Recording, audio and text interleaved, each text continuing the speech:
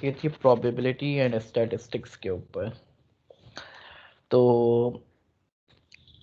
Probability वहाँ काम आती है जब हमारे पास किसी एक्सपेरिमेंट का, किसी प्रोसेस का रिजल्ट जो है रिपीट करने पे डिफरेंट आ सकता हो। जैसे एक कॉइन को टॉस करें और उसके अगेंस्ट जो है हो सकता है एक कॉइन को टॉस करने पे जो है हेड आए, दूसरी दफ़ा उसी कॉइन को टॉस करें टेल आ जाए। So it is a random experiment, randomly कुछ भी रिजल्ट आ सकता है।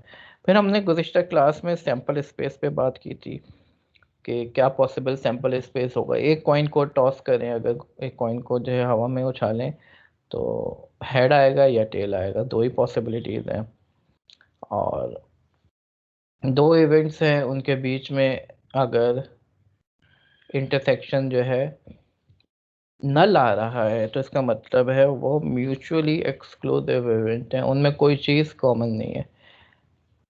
प्रोबेबिलिटी हमने बात की थी कि हमेशा 0 से 1 के बीच में होती है, और ओवरऑल सैम्पल स्पेस में तमाम पॉसिबिलिटीज़ को जब हम कंसीडर करते हैं उनका टोटल जो है 1 के बराबर होता है। कंडीशनल प्रोबेबिलिटी पे हमने थोड़ी सी बात की थी और उसकी बेस पे बेसिक थ्योरम देखा था। हमने देखा था कि अगर किसी बंदे को एक पर्टिकुलर सिम्टम है तो क्या चांसेस हैं कि उसको एक स्पेसिफिक बीमारी है। तो उसकी प्रोबेबिलिटी निकालने के लिए हमने देखा था कि पहले जो है किसी बंदे को अगर वो बीमारी हो तो क्या सिम्टम्स होते हैं, बीमारी होने की प्रोबेबिलिटी क्या है और उस सिम्टम के होने की प्रोबेबिलिटी क्या है, और उसको फार्मूले में पुट करके हमने बेसियन थ्योरम से रिजल्ट निकाल लिया था। तो रैंडम वेरिएबल से मुराद, अब रैंडम वेरिएबल पे हम थोड़ी सी बात करेंगे, फिर हम देखेंगे रैंडम नंबर कैसे जनरेट कराया जा सकता है, इस पे भी हम बात करेंगे। तो रैंडम नंबर जो है या रैंडम वेरिएबल जो है is a function that assigns a real number to each outcome in the sample space of a random experiment। तो एक एक्सपेरिमेंट किया, उसमें जो है number of head for example हम लें तो ये एक रैंडम नंबर होगा, ठीक है। और अब ये रैंडम नंबर जो है ये डिस्क्रीट भी हो सकता है और कंटिन्यूस भी हो सकता है। अब रैंडम नंबर जो है, आप किसी रैंडम नंबर को जनरेट कराना चाहें तो ये किसी स्पेसिफिक प्रोबेबिलिटी डिस्ट्रीब्यूशन को फॉलो कर रहा होता है। नंबर की डिस्ट्रीब्यूशन जो है वो किसी स्पेसिफिक प्रोबेबिलिटी डिस्ट्रीब्यूशन को फॉलो कर रही होती है। It could be normal distribution, it could be binomial distribution, it could be gamma distribution, it could be exponential distribution, it could be Poisson distribution। तो हमारे पास कई तरह की डिस्ट्रीब्यूशन हैं जो कि रैंडम नंबर्स फॉलो कर रहा होता है। एग्जाम्पल क्या हो सकती है रैंडम नंबर्स की? फॉर एग्जाम्पल आपके पास कुछ पार्ट्स हैं, उसमें से नंबर ऑफ डिफेक्टिव पार्ट्स कितने हो सकते हैं, ये एक रैंडम नंबर होगा, ठीक है। तो हो सकता है कि 5 पार्ट्स डिफेक्टिव हो सकता है 10 पार्ट डिफेक्टिव हो, ठीक है। इसी तरीके से नेटवर्क में अगर एक राउटर लगा हुआ है, राउटर के पास पैकेट्स आने की क्या प्रोबेबिलिटी डिस्ट्रीब्यूशन होगी, पैकेट्स किस डिस्ट्रीब्यूशन को फॉलो कर रहे हैं, तो वो नॉर्मली पॉइसन डिस्ट्रीब्यूशन होता है, POISSON। तो इसी तरीके से कोई बिट जो है एरर में हो, अगर जो है आप बिट ट्रांसफ़र कर रहे हैं कम्युनिकेशन लाइन के थ्रू, तो उसमें कितने एरर्स आ रहे हैं। इसी तरीके से continuous random variable, continuous quantity का आप लोगों को पता है, दो तरह की क्वांटिटीज़ होती हैं, डिस्क्रीट और कंटिन्यूस। कंटिन्यूस में करंट हो सकता है, लेंथ हो सकता है, प्रेशर हो सकता है, टाइम कंटिन्यूस हो सकता है, वोल्टेज कंटिन्यूस हो सकता है और वेट कंटिन्यूस हो सकता है। तो कुछ और एग्जांपल्स देखते हैं रैंडम वेरिएबल की। एक वॉइस कम्युनिकेशन सिस्टम है जिसमें 48 लाइंस हैं, ठीक है। जैसे इकरा यूनिवर्सिटी में कोई कम्युनिकेशन का सिस्टम लगा हुआ है जिसमें 48 लाइंस हैं। हो सकता है जब आपने कॉल की उसको इस्तेमाल करते हुए तो लाइन बिजी जा रही हो, ठीक है, कुछ लाइंस बिजी जा रही हो। तो क्या प्रोबेबिलिटी है कि 5 लाइन बिजी जा रही हो? क्या प्रोबेबिलिटी है 10 लाइंस बिजी जा रही हो? क्या प्रोबेबिलिटी है कि 15 लाइंस बिजी जा रही हो? ठीक है। तो हर नंबर की एक प्रोबेबिलिटी होगी और ये रैंडम नंबर होगा, ठीक है। It could be any random value, लेकिन किसी प्रोबेबिलिटी डिस्ट्रीब्यूशन को फॉलो कर रहा होगा, ठीक है। तो ये अगर 48 लाइंस हैं हमारे पास तो ये प्रोबेबिलिटी 0 से लेके 48 तक होगी। ये रैंडम वेरिएबल और इवेंट में क्या फर्क होगा? इवेंट तो जब मैंने कहा कि मुझे बताए कि इस सिस्टम में 10 लाइंस बिजी जा रही हैं, ठीक है, तो ये एक स्पेसिफिक इवेंट है, ठीक है, और उस इवेंट में रैंडम नंबर की वैल्यू 10 है, ठीक है। रैंडम नंबर की वो वैल्यू होना एक इवेंट है, ठीक है। रैंडम नंबर को कोई स्पेसिफिक वैल्यू आएगी उस इवेंट पे। तो not much difference between the two concepts. बात सिर्फ इतनी सी है कि रैंडम नंबर को जब वो वैल्यू मिल रही है तो वो एक इवेंट बन गया, ठीक है। अब रैंडम नंबर जो है it is very important in random experiment, और sometimes in fact most of the time हम क्या करते हैं, रैंडम नंबर की प्रोबेबिलिटी डिस्ट्रीब्यूशन को कंसीडर करते हैं, ठीक है। फॉर एग्जांपल यूनिफॉर्म डिस्ट्रीब्यूशन, बाज़ औक़ात जो है डेटा जो है आपकी यूनिफॉर्म डिस्ट्रीब्यूशन को फॉलो कर रहा होता है। Data is following a uniform distribution. तो इस तरह का, यानी उसमें जो है डेटा जो है आपका ज़्यादातर डेटा जो है दो नंबर्स के बीच में होता है, ए और बी के बीच में डेटा होता है, ठीक है। और ए और बी के बीच में जितने भी नंबर्स हैं सब बराबर तादाद में हैं, ठीक है। ए और बी के मिसाल के तौर पर ए की वैल्यू मैं लेता हूँ 5 और बी की वैल्यू मैं लेता हूँ 10, ठीक है।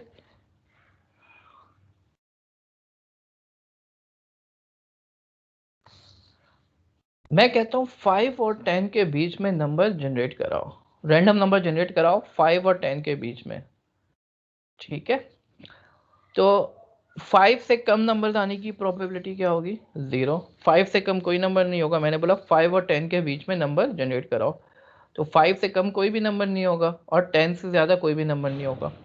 लेकिन 5 और 10 के बीच में नंबर्स आने की प्रोबेबिलिटी क्या है, यानी 6 आने की प्रोबेबिलिटी क्या होगी? वही होगी जो 7 के आने की प्रोबेबिलिटी होगी, 8 के आने की जो प्रोबेबिलिटी होगी, 9 के आने की जो प्रोबेबिलिटी होगी, 10 के आने की जो प्रोबेबिलिटी होगी, ये सब प्रोबेबिलिटी बराबर होंगी। 11 के आने की प्रोबेबिलिटी 0 होगी, लेकिन इन दोनों के बीच में जो नंबर हैं उनके आने की प्रोबेबिलिटी क्या होगी? बराबर होगी। इसकी एक एग्जांपल करते हैं हम। तो हमारे पास numpy के अंदर we have the facility to generate random numbers.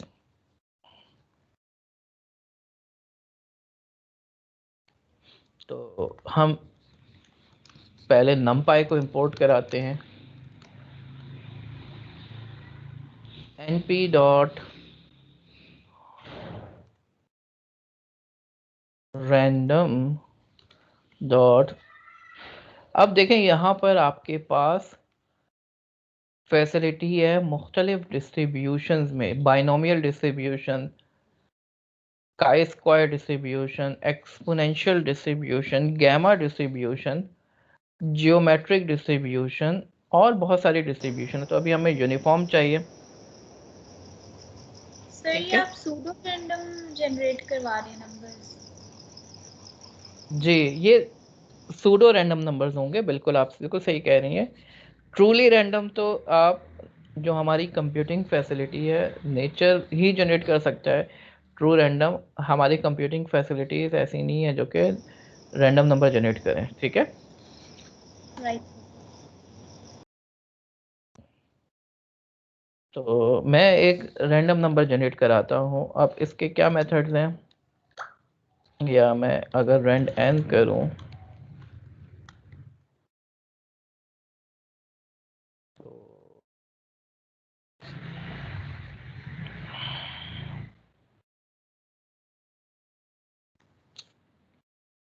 इसके अगर मैं हेल्पर देखूँ इसके मेथड्स, तो अगर 1 से लेके 10 तक के नंबर जनरेट कराऊँ, रैंडम ही है।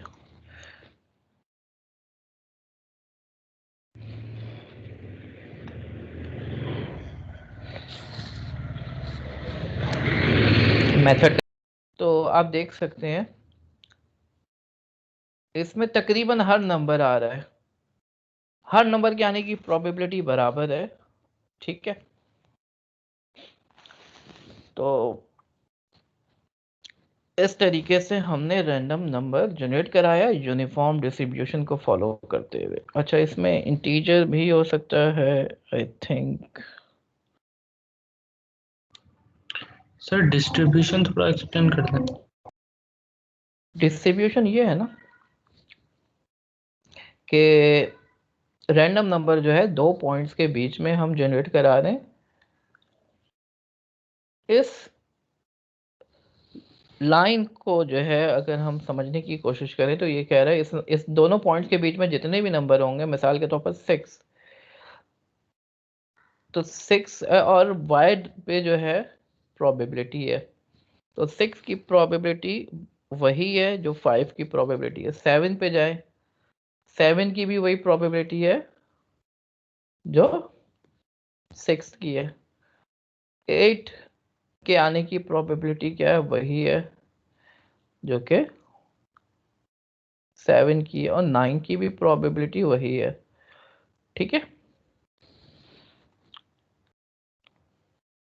अरे बस समझ में। तो ये यूनिफॉर्म डिस्ट्रीब्यूशन है, इसको यूनिफॉर्म इस वजह से कह रहे हैं कि इसमें हर नंबर के आने की प्रोबेबिलिटी, अच्छा यहाँ पे पॉइंट्स में भी नंबर होंगे, यानी 5.1 5.2, क्योंकि ये कंटिन्यूअस डिस्ट्रीब्यूशन है। जब कंटिन्यूअस होता है तो हम प्रोबेबिलिटी डेंसिटी फंक्शन कहते हैं। ठीक है, और डिस्ट्रीब्यूशन अगर डिस्क्रीट होता है तो हम प्रोबेबिलिटी मास डिस्ट्रीब्यूशन कहते हैं। कंटिन्यूअस के लिए प्रोबेबिलिटी डेंसिटी फंक्शन, डिस्क्रीट के लिए प्रोबेबिलिटी मास फंक्शन। इसी तरीके से हमारे पास जो डेटा होता है वो नॉर्मल डिस्ट्रीब्यूशन को भी फॉलो कर सकता है। ठीक है, नॉर्मल डिस्ट्रीब्यूशन कुछ इस तरीके का कर्व होता है, ये यहाँ पे शो भी किया गया, मैं दोबारा ड्रॉ करूँ अगर इसको, ये कर्व जो है नॉर्मल डिस्ट्रीब्यूशन का कर्व है। ठीक है, तो ज़्यादातर डेटा जो है मीन के पास होता है, मीन के करीब करीब, ये जो सेंटर वैल्यू है ये मीन है। ठीक है, तो मीन के करीब करीब नंबर आने की प्रोबेबिलिटी क्या है, सबसे ज़्यादा है। और जैसे जैसे मीन से दूर हो रहे हैं आप, प्रोबेबिलिटी कम होती जा रही है, ये प्रोबेबिलिटी बहुत कम है। ठीक है, तो इस तरह की डिस्ट्रीब्यूशन जिसमें एक सेंट्रल वैल्यू के अराउंड ज़्यादातर वैल्यूज़ हो और फिर टेल के अराउंड वैल्यूज़ कुछ कम हो, इस तरह की डिस्ट्रीब्यूशन को हम क्या कहते हैं, नॉर्मल डिस्ट्रीब्यूशन। ठीक है, नॉर्मल डिस्ट्रीब्यूशन को फॉलो करते हुए जो है बहुत सारे रैंडम नंबर्स जनरेट कराए जा सकते हैं। मैं लिखता हूँ np dot random dot normal. अब नॉर्मल डिस्ट्रीब्यूशन को आप मीन, इसके यहाँ पे LOC का मतलब वही है मीन, तो मीन अगर मैं रखता हूँ 2 और स्टैंडर्ड डेविएशन में रखता हूँ 5 और उसके अराउंड में 10 नंबर जनरेट कराता हूँ, तो ये रैंडम नंबर है जो कि नॉर्मल डिस्ट्रीब्यूशन को फॉलो कर रहा है। ठीक है। अच्छा, अभी इसके लिए परेशान होने की बहुत ज़्यादा ज़रूरत नहीं है, बस ये याद रखें कुछ डिस्ट्रीब्यूशंस मौजूद हैं, प्रोबेबिलिटी डिस्ट्रीब्यूशंस बहुत सारी मौजूद हैं, जिसमें हमारे पास मैंने आपको एक्सप्लेन किया यूनिफॉर्म डिस्ट्रीब्यूशन। इसी तरीके से कुछ डिस्ट्रीब्यूशन हैं जो कि नॉर्मल डिस्ट्रीब्यूशन को फॉलो कर रही होती हैं। कुछ है जैसे गैमा डिस्ट्रीब्यूशन है, इनकी अलग अलग खसूसियात हैं। ठीक है, तो इसको आप देख सकते हैं क्या खसूसियात है। जैसे मैंने एक्सप्लेन किया, यूनिफॉर्म डिस्ट्रीब्यूशन में दो नंबर्स के बीच में नंबर्स की आने की प्रोबेबिलिटी बराबर है, हर नंबर की आने की प्रोबेबिलिटी बराबर है। और नॉर्मल डिस्ट्रीब्यूशन में ये बेल शेप कर्व होता है, एक सेंट्रल वैल्यू के अराउंड चीज़ें ज़्यादा होती हैं, तो नेचुरली ऐसे ही होता है। ठीक है, मीन के अराउंड ज़्यादा वैल्यू होती है नेचुरली। अगर किसी क्लास में एडमिशन हो तो ज़्यादातर जो बच्चे होंगे वो एवरेज होंगे। ठीक है, कुछ होंगे जो बहुत अच्छे होंगे लेकिन उनकी प्रोबेबिलिटी बहुत कम होगी, कुछ होंगे जो कि बहुत ही ख़राब होंगे, लेकिन ज़्यादातर जो बच्चे होंगे वो एवरेज नेचर के होंगे। तो नेचुरली जो है चीज़ें जो है नॉर्मल डिस्ट्रीब्यूशन को ही फॉलो कर रही होती हैं, हमारी नेचर में चीज़ें नॉर्मल डिस्ट्रीब्यूशन को फॉलो कर रही होती हैं। ठीक है, ये बात समझ में आ रही है माय डियर स्टूडेंट्स? फीडबैक दे दें। Yes sir. ठीक है, अच्छा। अगर हम जी जी अगर में जैसे आपने यूनिफॉर्म डिस्ट्रीब्यूशन के लिए रैंडम का जो फंक्शन कॉल किया था, तो नॉर्मल डिस्ट्रीब्यूशन के लिए भी इस तरह का कोई फंक्शन होगा, वो क्या मीन के इर्द गिर्द ही नंबर जनरेट करके देगा? जी, यही तो करा है मैंने अभी जो मैंने जो करा है वो यही करा है। मैं अभी दिखा देता हूँ आपको दोबारा। ये मैंने बोला रैंडम डॉट नॉर्मल डिस्ट्रीब्यूशन, जिसमें मैंने बोला मीन 2 रखो और फैलाव कितना रखो, स्टैंडर्ड डेविएशन फैलाव, यानी 2 से 5 आगे यानी 7 तक जाएगा और 2 से 5 कम यानी -3 तक। तो -3 और 7 के बीच में वैल्यूज होंगी, लेकिन ज़्यादातर वैल्यूज मीन के अराउंड होंगी। ठीक है, ओके। और बात याद रखिएगा, बात औकात डिस्ट्रीब्यूशन इस तरह की भी होती है।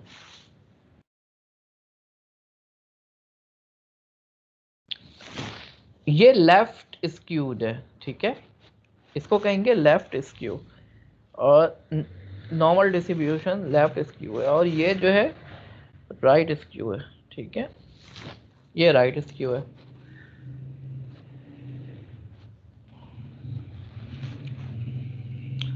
तो डेटा कभी कभार स्क्यू भी हो सकता है, यानी एक तरफ उसका बायस हुआ हुआ है।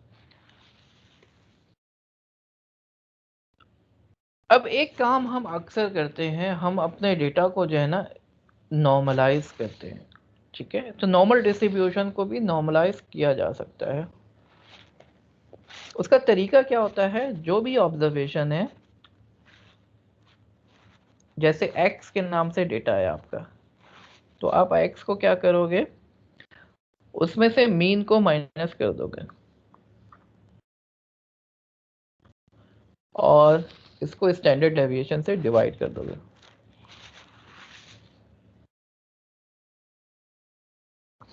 ठीक है, तो डेटा नॉर्मलाइज्ड हो जाता है। नॉर्मलाइजेशन का फ़ायदा क्या होता है, ये मशीन लर्निंग में हम इंशाल्लाह देखेंगे भी, ये बहुत ज़रूरी है डेटा को नॉर्मलाइज करना। डेटा को क्यों नॉर्मलाइज किया जाता है?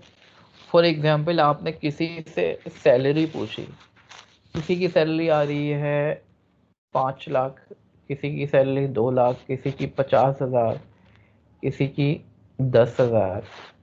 ठीक है, तो रेंज क्या बनी इसकी, 10,000 से लेके 5 लाख तक। अब किसी की एज पूछ रहे हैं आप, उसकी एज आ रही है, किसी की एज आ रही है 15 साल, किसी की 20 साल, किसी की 30 साल।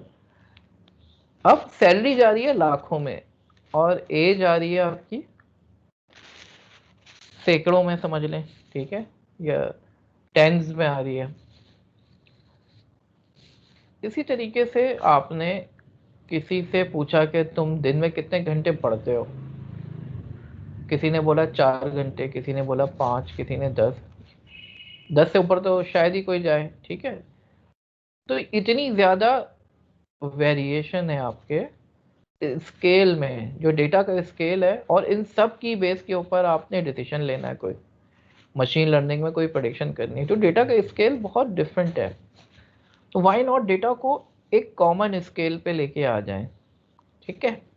तो इसलिए क्या करते हैं, डेटा को स्केल करते हैं, स्केल डाउन करते हैं। तो उसका तरीका क्या होता है, ये हमारा तरीका कार है, ये फॉर्मूला है, ठीक है। This is called normalisation. तो मेरी बात समझ में आ रही है आपको, नॉर्मलाइज क्यों किया हमने? जी स्टूडेंट्स, इज इट क्लियर कि नॉर्मलाइज क्यों किया हमने? Yes sir. तो नॉर्मलाइजेशन बड़ा इंपॉर्टेंट है। फॉर एग्जांपल हमारे पास कुछ नंबर्स हैं, np डॉट एरे, ठीक है। कुछ नंबर्स हैं हमारे पास 10 -5, नेगेटिव में भी हो सकता है ना नंबर, 30 60 70। ये हमारे पास डेटा है, ठीक है। अब इस डेटा को नॉर्मलाइज कैसे करेंगे? नॉर्मलाइजिंग दी डेटा, तो नॉर्मलाइजिंग का तरीका कार क्या है हमारे पास?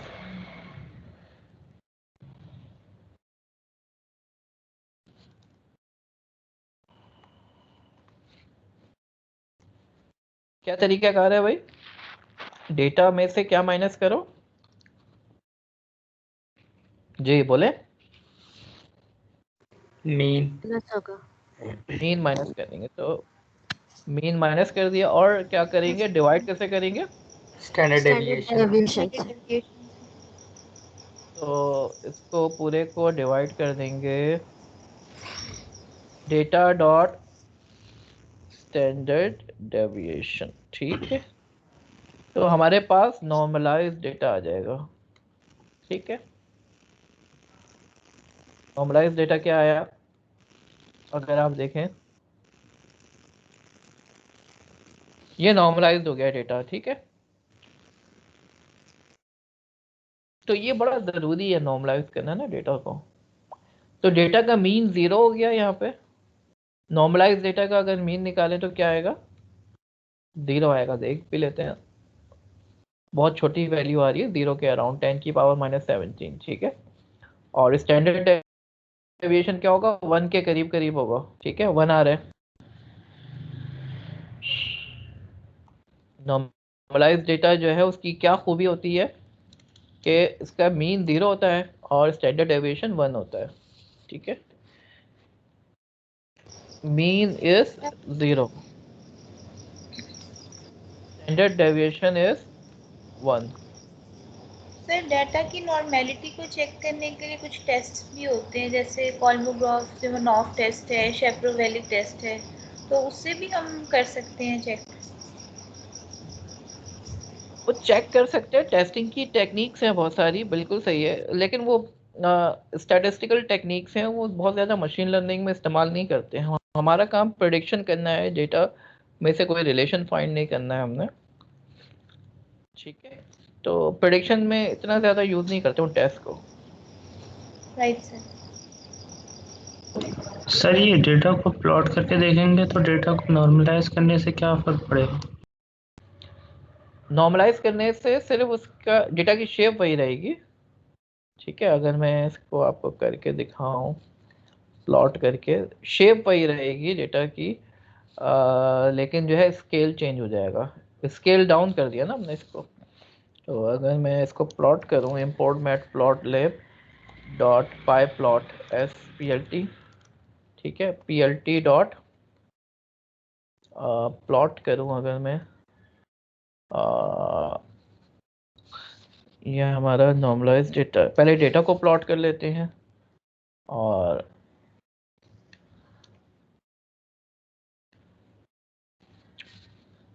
np.arange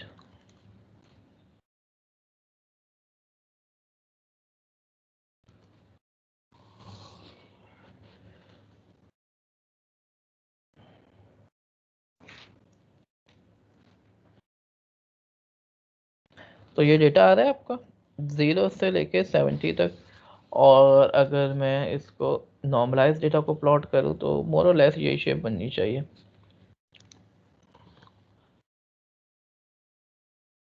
सर तो ये नॉर्मलाइज करके हम ऑब्जेक्टिव क्या अचीव करना चाह रहे होते हैं? ये देखिए शेप वही आ रही है, पहले तो ये देख लें, ठीक है।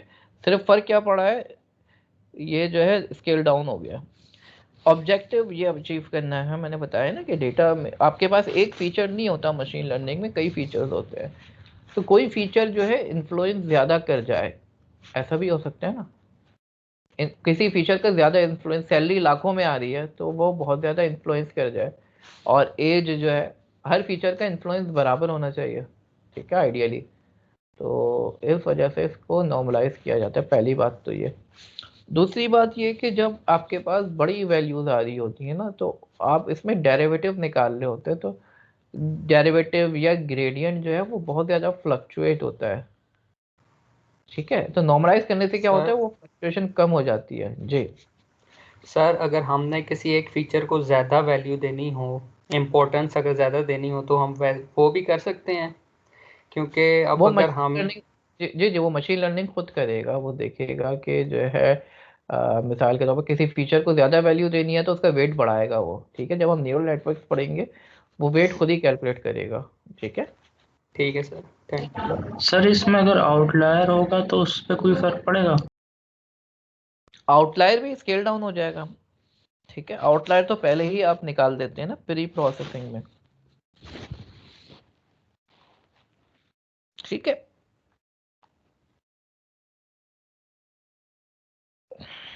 अच्छा जी, अच्छा ये मीन, मीडियन, मॉड, कोवेरियंस वगैरह तो हम पढ़ चुके हैं। अब हम थोड़ी सी विजुअलाइजेशन पे बात करना चाहेंगे। स्टैट्स थोड़ी सी पढ़ रहे हैं हम अभी, सिर्फ हमारा मकसद प्रोबेबिलिटी नहीं है, स्टैट्स भी है। तो ये हमारा डेटा है, ठीक है।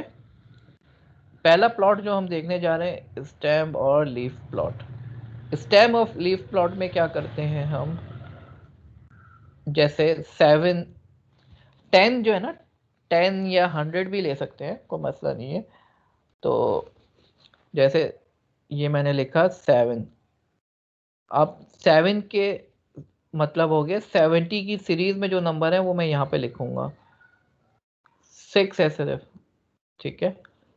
इसी तरीके से ये क्या रिप्रेजेंट कर रहा है, 105 और 101। 10 जो है, 10 के साथ क्या 5 लगाएंगे तो 105 बन जाएगा, और 101।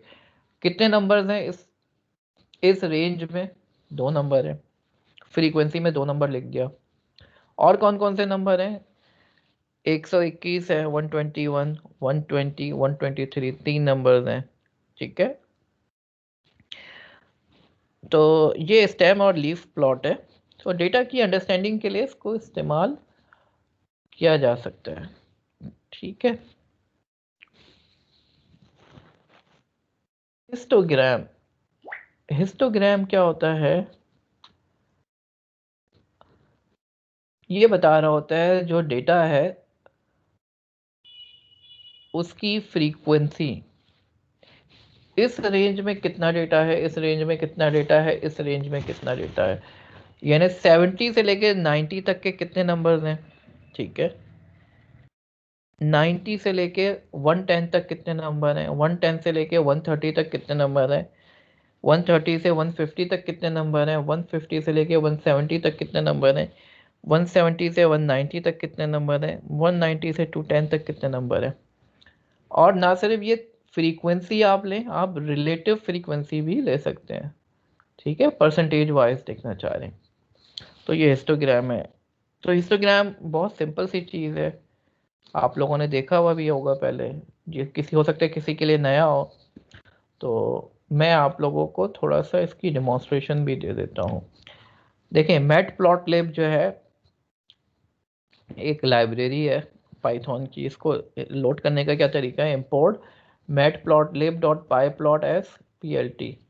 ठीक है, plt.plot, प्लॉट को आपको दो चीज़ें देनी होंगी, x और y। ठीक है, तो ये लाइन प्लॉट बना रहा है, राइट स्टूडेंट्स। x में मैंने नंबर दे दिए हैं यहाँ पे, और y में मैंने डेटा दे दिया है। मैं ये भी कर सकता हूँ, plt का पैकेज इस्तेमाल करके मैं कहता हूँ हिस्टोग्राम, हिस्ट। ठीक है, और हिस्ट में क्या क्या चीज़ें देनी होती हैं इसकी डॉक्यूमेंटेशन भी देख लेते हैं हम। क्या तरीक़ाकार है, शिफ्ट टैब दबा के, शिफ्ट टैब है आई थिंक, या टैब से भी हो जाएगा, टैब से ये दिखा रहा है, शिफ्ट टैब से इसकी हेल्प आ रही है पूरी। तो इसमें क्या बोल रहा है, डेटा देना है और कितनी बिन्स बनानी है, कितनी बिन्स में डिवाइड करना है, और बाकी फर्दर आर्ग्यूमेंट्स हैं जो हम इंशाल्लाह बाद में पढ़ेंगे। अभी तो आप लोगों ने नमपाई भी पढ़ना है डिटेल में बाद में। तो हिस्टोग्राम को मैं डेटा दे देता हूँ और मैं बोलता हूँ इसके 10 बिन्स बना दो। ठीक है, तो ये दिखा रहा है।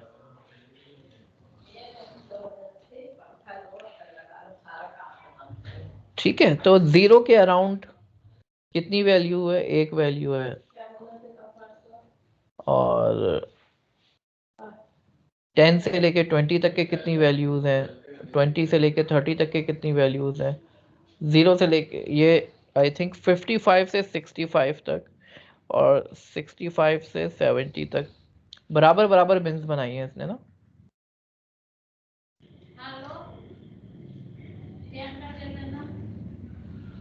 तो अगर मैं इसको बिन को कम भी कर दूं,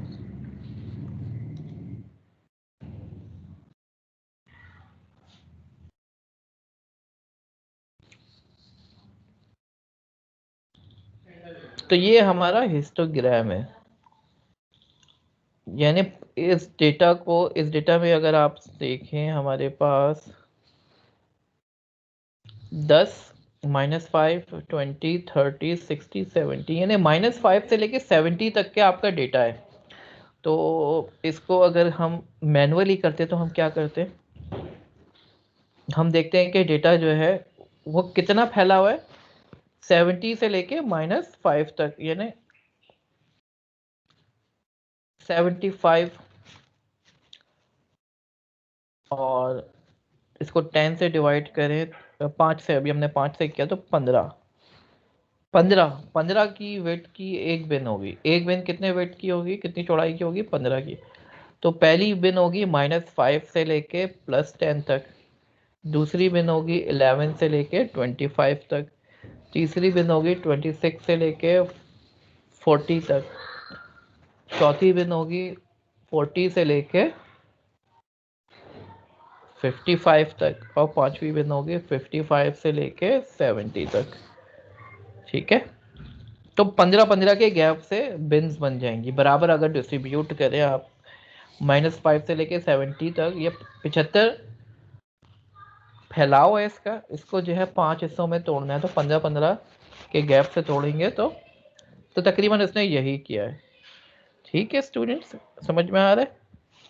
तो उसने यही किया, -5 से लेके +10 तक पहली बिन है, दूसरी बिन कहाँ से कहाँ तक है, 10 से लेके 25 तक, तीसरी बिन जो है 25 से लेके 40 तक, चौथी बिन है 40 से लेके 55 तक, और पांचवी बिन है 55 से लेके 70 तक।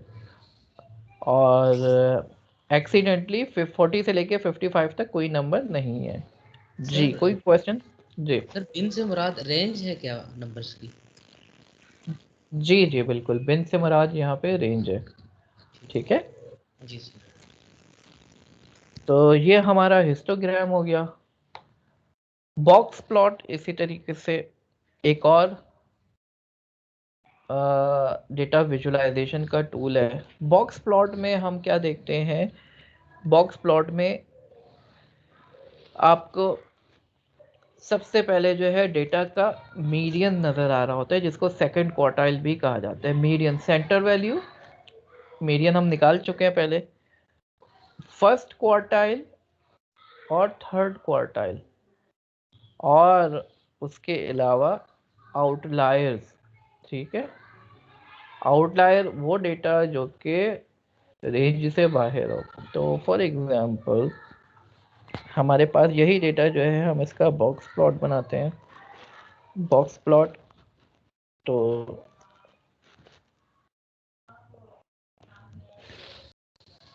हमारे डेटा का मीडियन क्या है, ये आ रहा है तकरीबन 21 या 22 है। क्वार्टाइल वन में, क्वार्टाइल वन कहाँ पे ख़त्म शुरू हो रहा है, -5 से, और क्वार्टाइल 3 कहाँ जा रहा है, 70 पे जा रहा है। यहाँ पे कोई आउटलायर नहीं है। मैं थोड़ा सा डेटा चेंज करके आपको दिखाना चाहूँगा। लेट्स सपोज हमारे पास डेटा है 0, 2, 4, 9, 10, 30, -50। ठीक है, अब इस डेटा को देखते हैं। अब देखें आपका डेटा जो है उसका मीडियन तो वही यही होगा, तकरीबन कितना होगा, 4 या 5 होगा। ठीक है, सेंट्रल वैल्यू। ये डेटा जो है -50, ये इस विस्कर से बाहर निकला हुआ है। तो विस्कर से बाहर निकलने का मतलब है ये डेटा जो है आउटलायर है, चांसेस हैं कि ये आउटलायर हो। तो -50 इज द आउटलायर हियर। आ रही है बात समझ में? और 30 भी आउटलायर है। ये डेटा जो है अगर आप देखें तो देख के भी समझ में आ रहा है -50 और 30 आउटलायर है। ठीक है, तो बॉक्स प्लॉट में जो है हमें कुछ चीज़ों का अंदाज़ा हो जाता है कौन सा डेटा हमारा बाहर निकल रहा है। सही है, आ रही बात समझ में? जी स्टूडेंट्स, क्लियर है? यस। ठीक है, ठीक है, आगे चलते हैं। अक्सर हम डेटा को जो है उसका स्कैटर प्लॉट देख रहे होते हैं। अच्छा जी, तो स्कैटर प्लॉट क्या होता है, एक्स और वाई को प्लॉट करना। ठीक है ना, जैसे ये क्या है, ये पॉइंट है हमारा 3.2 और 12.5, ये पॉइंट जो है। ठीक है, 3.2 और 12.5। इसी तरीके से ये पॉइंट जो है, अगर इस पॉइंट को देखें हम, तो ये 7 और 18 बन रहा है तकरीबन। ठीक है, एक्स और वाई की पोजीशंस पे जाके प्लॉट कर दे, तो ये स्कैटर प्लॉट है।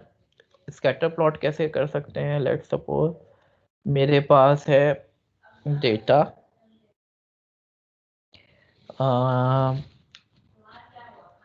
मिड के मार्क्स किसी बंदे के क्या है 20 और 23, 24, 27, और फाइनल के मार्क्स आ रहे हैं 40 नंबर का है, लेट्स सपोज फाइनल। तो 30, 33, 35 और 40। ठीक है, इसको प्लॉट करते हैं plt.scatter मिड और फाइनल। ठीक है, इसको प्लॉट करते हैं, तो ये स्कैटर प्लॉट आ रहा है। ठीक है, स्कैटर प्लॉट से एक और चीज़ का अंदाज़ा होता है। स्कैटर प्लॉट से हमें अंदाज़ा होता है कि डेटा जो है उसमें कोरिलेशन क्या है।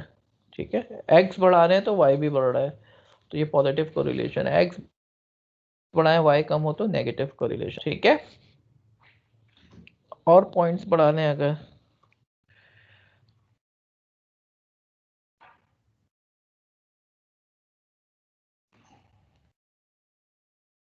तो अभी भी तकरीबन पॉजिटिव ही है कोरिलेशन।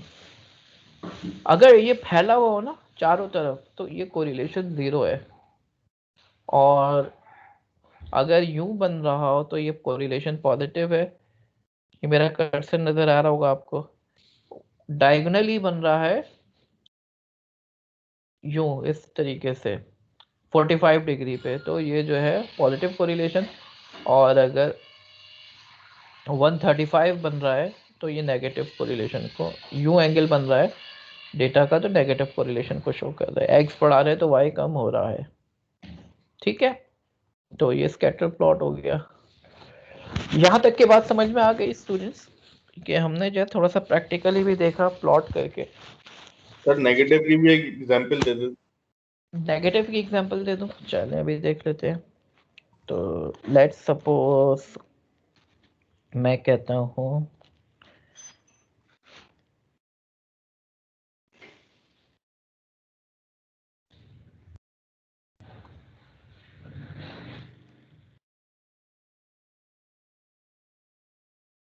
कि एक बंदा है, उसकी लाइफ एक्सपेक्टेंसी, लाइफ कितनी लाइफ होगी उसकी, तो अगर, और ये है उसका वेट, ठीक है, वेट बढ़ेगा तो लाइफ एक्सपेक्टेंसी कम होगी लॉजिकली। तो किसी का वेट 100 किलो है, किसी का 120 है, ठीक है, 130 है, 140 है, 150 है और 180 है। तो 100 किलो अगर वेट है तो हो सकता है उसकी लाइफ जो है 65 हो, फिर कम होने के बाद 120 पे कम हो गई, 60 हो गई, 120 के बाद 130 है, उसको 50 साल जिएगा, 140 पे जो है 45, 150 किलो वजन है तो भाई ये 43, और 180 किलो वजन है तो ये 40 साल जिएगा।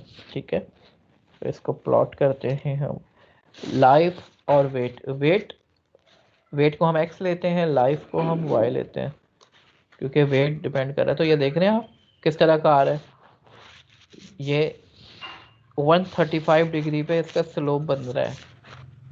ठीक है, यस सर, ठीक है तो सर। डेट इज, नेगेटिव हो गया ना।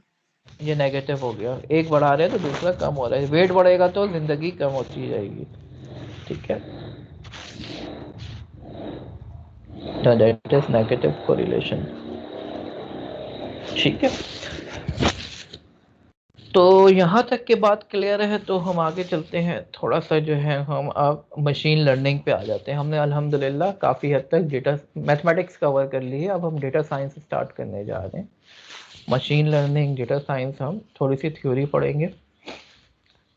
स्टैटिस्टिकल इन्फ्रेंसिंग का मतलब ये है कि हम स्टैटिस्टिक्स को इस्तेमाल करते हुए डिसीजन मेकिंग करें, प्रिडिक्शंस करें, कंक्लूजन निकालें, ये हमारा स्टैटिस्टिकल इन्फ्रेंसिंग का काम होता है। अच्छा, होता कुछ इस तरीके से है, यहाँ पर रिग्रेशन भी आएगी। ये हमारे पास जो डेटा प्लॉट हुआ है, ठीक है, अब इस डेटा में से ट्रेंड निकालना हमारा मकसद ये है। ठीक है, अगर हमें ट्रेंड लाइन पता चल जाए, ये हमारे पास फॉर एग्जांपल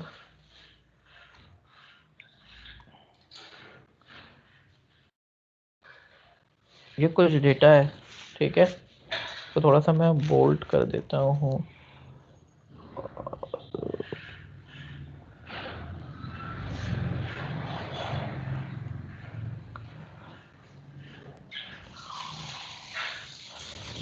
बहरहाल, तो ये हमारे पास कुछ पॉइंट्स हैं, ठीक है,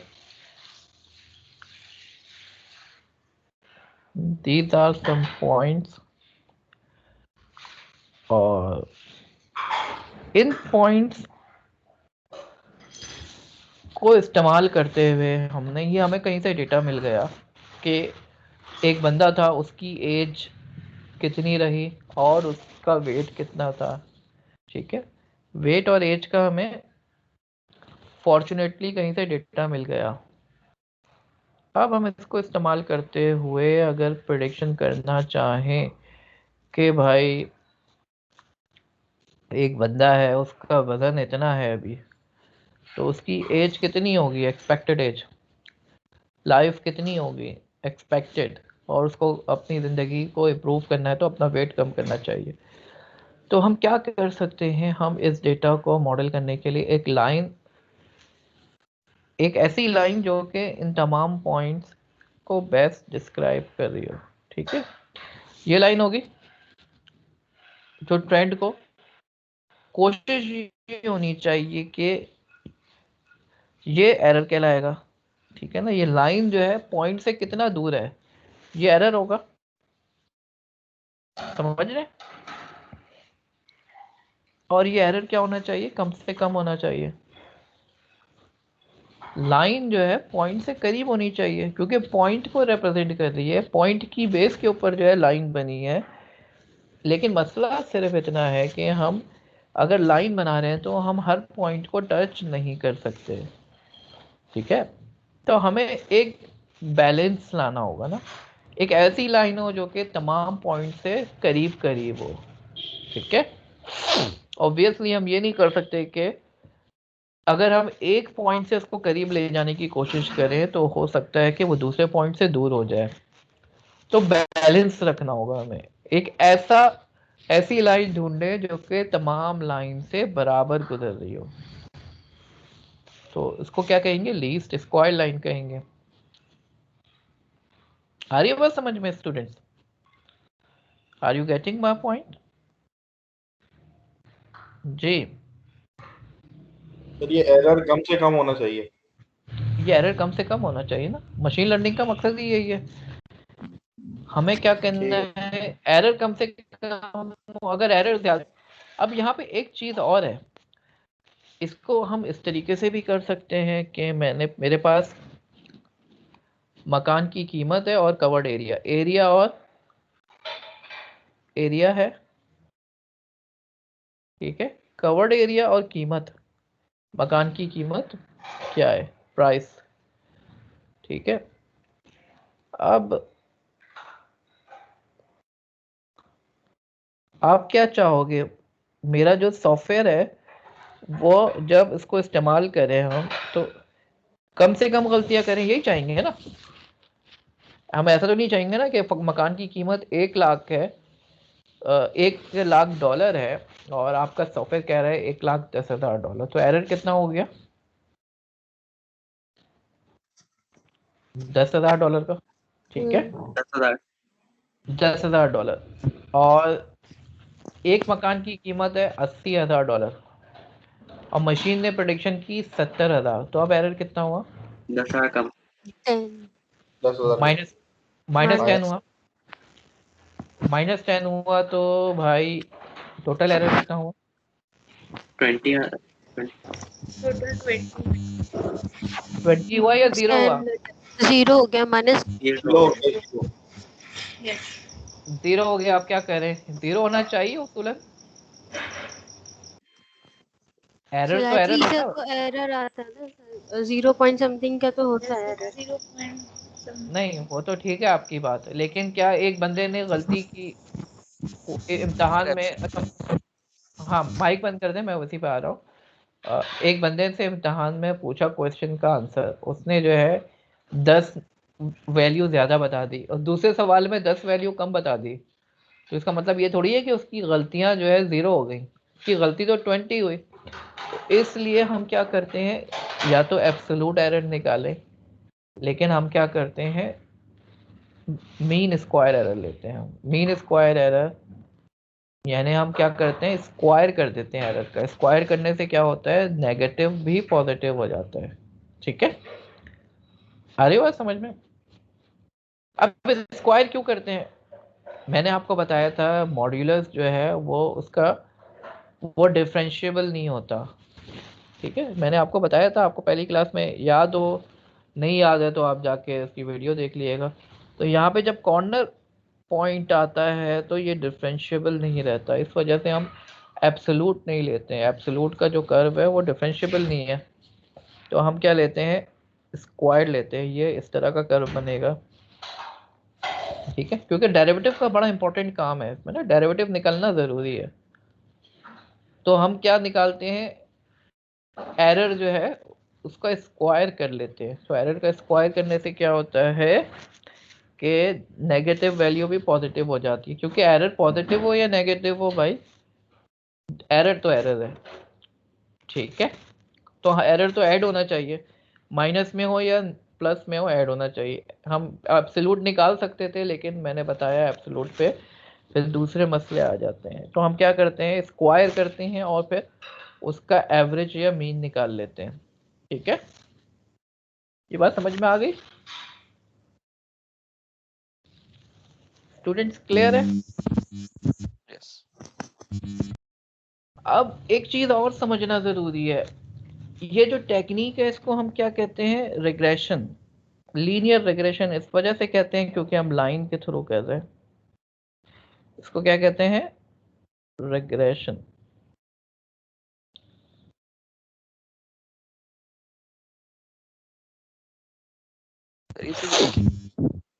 जी बोले, आवाज एक ही फैक्टर पे काम करेगी जब जो हमारा चीज है वो एक चीज पे।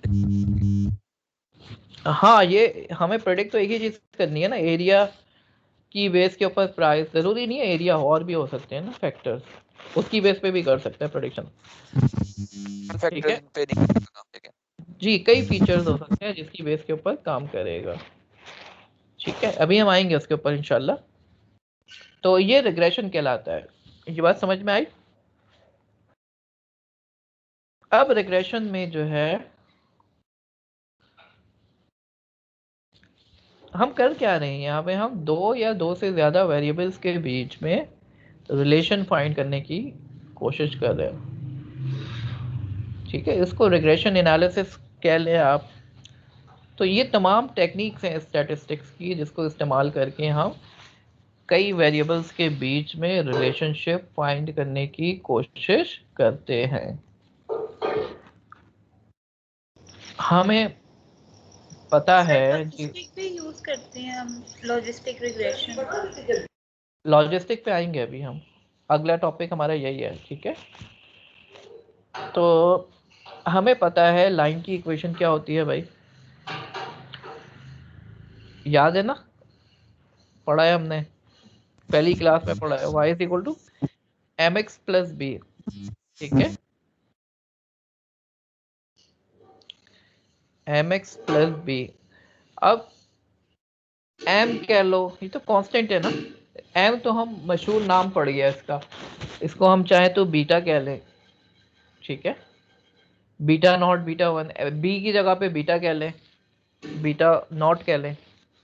तो यहाँ पे जो इक्वेशन नजर आ रही है ये वही इक्वेशन है, ठीक है, क्लियर है।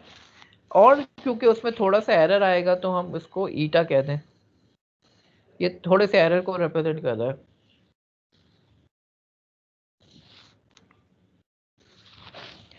हमें करना क्या है स्टूडेंट्स, हमने जो है अगर बीटा नॉट और बीटा वन की वैल्यू निकाल ली तो हमारी लाइन बन जाएगी। रिग्रेशन में हमें क्या करना होता है, बीटा नॉट और बीटा वन मालूम करना होता है। लीनियर रिग्रेशन में ये दो चीजें हैं जिसको पैरामीटर भी कहा जाता है। ये क्या है, पैरामीटर। इन दोनों पैरामीटर को अगर हमने फाइंड कर लिया तो हमारा रिग्रेशन का काम कंप्लीट हो गया। ये पैरामीटर्स हैं, ठीक है। These parameters are to be find out। तो हमारे पास अगर कुछ ऑब्जर्वेशन है, कुछ डेटा मौजूद है, ठीक है, उसको इस्तेमाल करके हम एक बेस्ट फिट लाइन मालूम कर लें, ठीक है, जिसको लीस्ट स्क्वायर लाइन कहा जाता है। हमारी कोशिश क्या है, सम ऑफ दी स्क्वायर एरर को कम से कम करना है, ठीक है। अब अगर दो चीजें हो सिर्फ, ठीक है, सिर्फ दो चीजें हो तो बड़ा सिंपल है, सिर्फ दो चीजें मालूम करनी है, बीटा नॉट और बीटा वन। तो ये फॉर्मूला है, इसकी मदद से आप मालूम कर सकते हैं। इस फॉर्मूले की मदद से बीटा नॉट और बीटा वन बड़े आसानी से निकाली जा सकती है, ठीक है। बीटा नॉट कैसे निकलेगा, वाई बार यानी वाई का mean minus beta one X bar, X का मतलब है, एक्स बार का मतलब है एक्स का मीन। बीटा वन कैसे निकलेगा, इस फॉर्मूले में पुट करें और इसको सॉल्व कर लें। सारी चीज़ें हमें पता है, जितने भी पॉइंट्स हैं, 10 पॉइंट्स हैं, 20 पॉइंट्स हैं, उन तमाम पॉइंट्स की मदद से हम इसको फाइंड कर सकते हैं। ये बात समझ में आ रही है जी स्टूडेंट्स?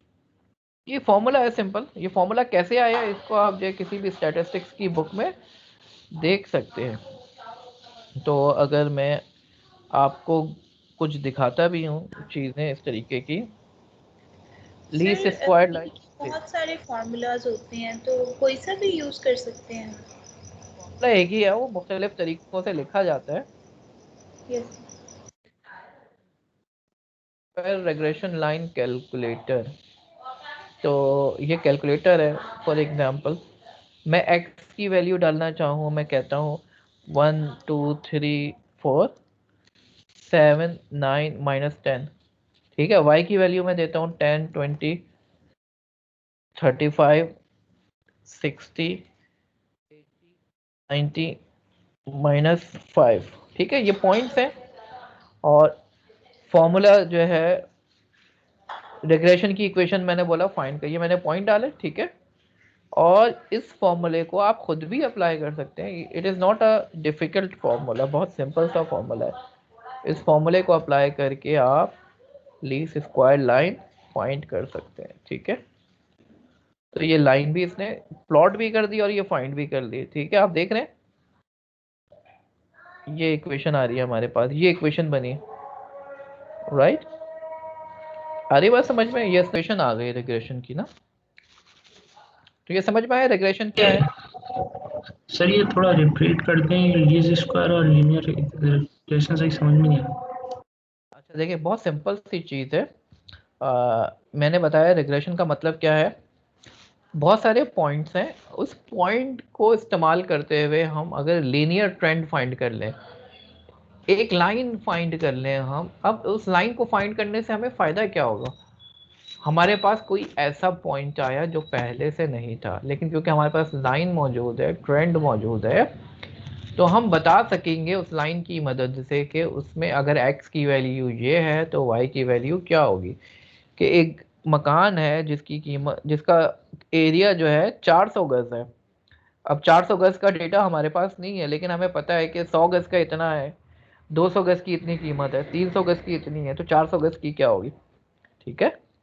क्योंकि ये रिग्रेशन है, 100 गज का डेटा मौजूद है, 200 गज का, 300 गज का, 500 गज का भी मौजूद है, तो 400 गज का क्या होगा वो निकाल सकते हैं अगर हमारे पास रिग्रेशन की इक्वेशन हो। तो हमें क्या करना होगा, हमें लाइन फिट करनी होगी, दूसरे लफ्ज़ों में हमें चिड़िया बिठानी है, ठीक है। इन पॉइंट्स के ऊपर अपनी चिड़िया बिठानी है, हमने एक लाइन ऐसी ढूंढनी है जो कि इनके बीच से गुजर रही होगी और कम से कम एरर होना चाहिए, ठीक है ना। कम से कम एरर होगा तो हमें फ़ायदा क्या होगा कि हम आसानी से जो है हमारी जो प्रेडिक्शन आएगी वो बेहतरीन आएगी, अच्छी आएगी, ठीक है। तो डेट इज़ दी ऑब्जेक्टिव। तो हम क्या करेंगे, जो भी एरर आ रहा है, ये एरर है, हम एरर का स्क्वायर करेंगे, ठीक है ना। एरर का स्क्वायर क्यों करेंगे ये भी मैंने बता दिया। एक एरर प्लस में आ रहा है, एक माइनस में आ रहा है, तो अगर वो कैंसिल कर देंगे एक दूसरे को तो ज़ीरो हो जाएगा, जबकि एरर एक दूसरे को कैंसिल नहीं करेंगे। एरर को अगर माइनस वाले एरर में भी जमा करेंगे तो वो बढ़ना चाहिए। दो गलतियां अगर अपोजिट डायरेक्शन में है तो वो ख़त्म नहीं हो जाएगी गलती, बल्कि गलती जो है डबल हो जाएगी, ठीक है। एरर हमेशा, इस वजह से हम स्क्वायर करके ऐड कर रहे हैं। तो फॉर्मूला सिंपल सा है हमारे पास, मैंने बताया y is equal to M x plus b की लाइन है हमारे पास। फॉर्मूला हमारे पास बड़ा सिंपल सा है, ये फॉर्मूला है हमारे पास, ठीक है। इस फॉर्मूले में y बार क्या है, मीन है, x बार क्या है, मीन है। इसमें से कौन सी ऐसी चीज़ है जो हमें नहीं पता, सारी चीज़ें पता है जो राइट हैंड साइड पे आ रही हैं, तो लेफ्ट हैंड साइड निकल जाएगी तो हमारी लाइन बन जाएगी, ठीक है। आ रही बात समझ में? सर एरर की वैल्यू हमें पहले से पता होगी? एरर की वैल्यू तो आप निकाल सकते हैं ना। एरर की वैल्यू इस तरह निकाल सकते हैं कि आप ने जब लाइन ड्रॉ की तो आपको पता चला कि जो है मेरी लाइन इधर आ रही है, मेरी लाइन इधर आ रही है, यहाँ पे मेरी लाइन आ रही है और होनी यहाँ पे चाहिए थी पॉइंट। तो y एक्चुअल और y प्रेडिक्टेड जो है उनका डिफरेंस जो है वो एरर होगा। ठीक है, एरर हम निकाल सकते हैं। मशीन को बोले कि तुम ये सवाल का जवाब बताओ और जवाब हमें पहले से पता है, मशीन का जब जवाब आ जाए दोनों को माइनस कर ले, पता चल जाएगा कि कितनी गलती हुई है मशीन से। ठीक है, तो हमारा मकसद यही है गलती को कम से कम करना। राइट, सही। अरे जी, नॉन लीनियर भी हो सकते हैं ना ये? नॉन लीनियर भी हो सकते हैं, बिल्कुल, अभी हम उसके ऊपर आएंगे। तो अगर लीनियर ट्रेंड है तो बड़ा आसान है। ठीक है सर लीनियर रेग्रेशन तो ये लाइन का हो गया, और ये लीस्ट स्क्वायर का क्या मतलब हो? लीनियर रिग्रेशन लाइन को फाइंड करने के लिए हमने लीस्ट स्क्वायर की टेक्निक इस्तेमाल की। ठीक है, ये टेक्निक है लीस्ट स्क्वायर की, जिसमें फॉर्मूला है, सिंपल फॉर्मूले में वैल्यू पुट करो और उसको सॉल्व कर लो तो हमारे पास लाइन आ जाएगी। ठीक है, जैसे ये लाइन आ गई, यहाँ पर जो है मिसाल के तौर पर जो मैंने आपको एग्जांपल दिखाई थी, ये डेटा था हमारे पास, अज्यूम करो ये वेट है और ये लाइफ एक्सपेक्टेंसी है। तो अगर किसी बंदे का वेट जो है फॉर एग्जांपल 100 किलोग्राम है, तो उसकी लाइफ क्या होगी, यहाँ पे 100 का नहीं है हमारे पास, तो हम क्या करेंगे, इस इक्वेशन में x की वैल्यू 100 पुट कर देंगे तो y निकल आएगा। ठीक है, अब ये लाइन बन गई ना, लाइन में हमें इस पॉइंट पे आंसर पता है, इस पॉइंट पे, ये पॉइंट्स जो प्लॉट हैं सिर्फ हमें उस पे आंसर पता है, लेकिन आप चाहें तो किसी भी लाइन पे कोई भी पॉइंट होगा आप उस पे y मालूम कर सकते हैं। लाइन बनने का फ़ायदा ये है। ठीक है, लाइन का फ़ायदा क्या है, लाइन का फ़ायदा ये है कि फिर हम कोई अननोन वैल्यू को भी प्रेडिक्ट कर सकते हैं। ठीक है, ये देखिए सॉल्व भी करा हुआ है, यहाँ पे इन्होंने सॉल्व करके भी दिखाया हुआ है, पूरा पूरा सॉल्व किया हुआ है इसको ना। तो रिग्रेशन के कैलकुलेटर मौजूद है, ये हमारा आंसर आ रहा है, इक्वेशन आ रही है। अब इस इक्वेशन को इस्तेमाल करके हम प्रेडिक्शन कर सकते हैं। ठीक है, एनी कंफ्यूजन? जी माय डियर स्टूडेंट्स,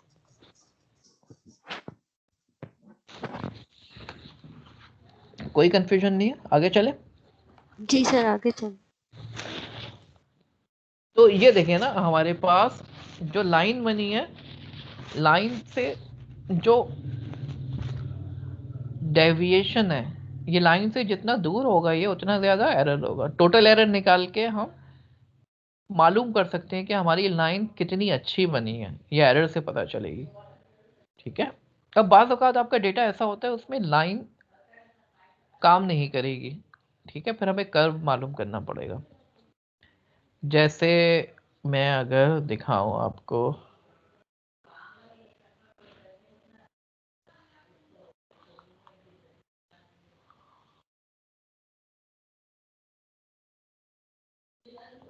अब ये है लाइन, अब इस पे लाइन बन सकती है क्या? इस पे लाइन बनाना बड़ा मुश्किल है। ठीक है, ये फैला हुआ है ना, तो इस पे बेहतर से बेहतर जो है एक पैराबोला जो है वो ज़्यादा अच्छे तरीके से इसको रिप्रेजेंट करेगा। Parabola 2 degree curve. ठीक है,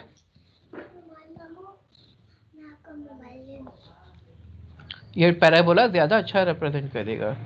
तो हमारे पास जो इक्वेशन थी, लाइन की इक्वेशन थी, जैसे जैसे हम लाइन की इक्वेशन में क्या है हमारे पास, y is equal to M x plus b. ठीक है, ये इक्वेशन है, m कह लें, w कह लें, कुछ भी कह लें, उसको नाम है ना, कुछ भी नाम दे सकते हैं। अब हमारे पास अगर इसमें एक और टर्म ऐड कर दें हम, m के बाद n ले लें या w ले लिया मैंने यहाँ पे, w1x², तो अब हमारे पास जो बनेगा वो क्या होगा, 2 डिग्री कर्व होगा। एग्रीड, 2 डिग्री कर्व होगा। ठीक है, स्क्वायर भी आ गया ना, तो ये ज़्यादा बेहतर होगा, ज़्यादा बेहतर ट्रेंड को प्रेडिक्ट कर रहा है। ठीक है, ये ज़्यादा अच्छा होगा ना 2 डिग्री कर्व। और बढ़ाते जाओ, एक और ले लो, इसमें प्लस कर दो W2x क्यूब, क्यूब ले लोगे तो क्या हो जाएगा 3 डिग्री कर्व हो जाएगा। बढ़ाते रहो, कैपेसिटी बढ़ाते रहो, ठीक है। तो अगर कोई लाइन इस तरीके से है, कोई इस तरीके से पॉइंट्स हैं, तो अब इसमें कौन सा कर्व लगना चाहिए, 2 डिग्री 3 डिग्री, अगर कोई अच्छा ऐसा कर्व है इस तरीके का, ठीक है, ये इस तरीके का कर्व भी हो सकता है, ये तो बड़ा कॉम्प्लेक्स कर्व है, ये पता नहीं कितनी डिग्री पे जाके बनेगा, ठीक है।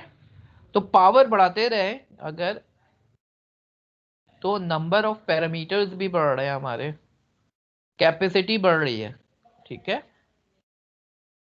जी। स्टूडेंट्स बात समझ में आ रही है?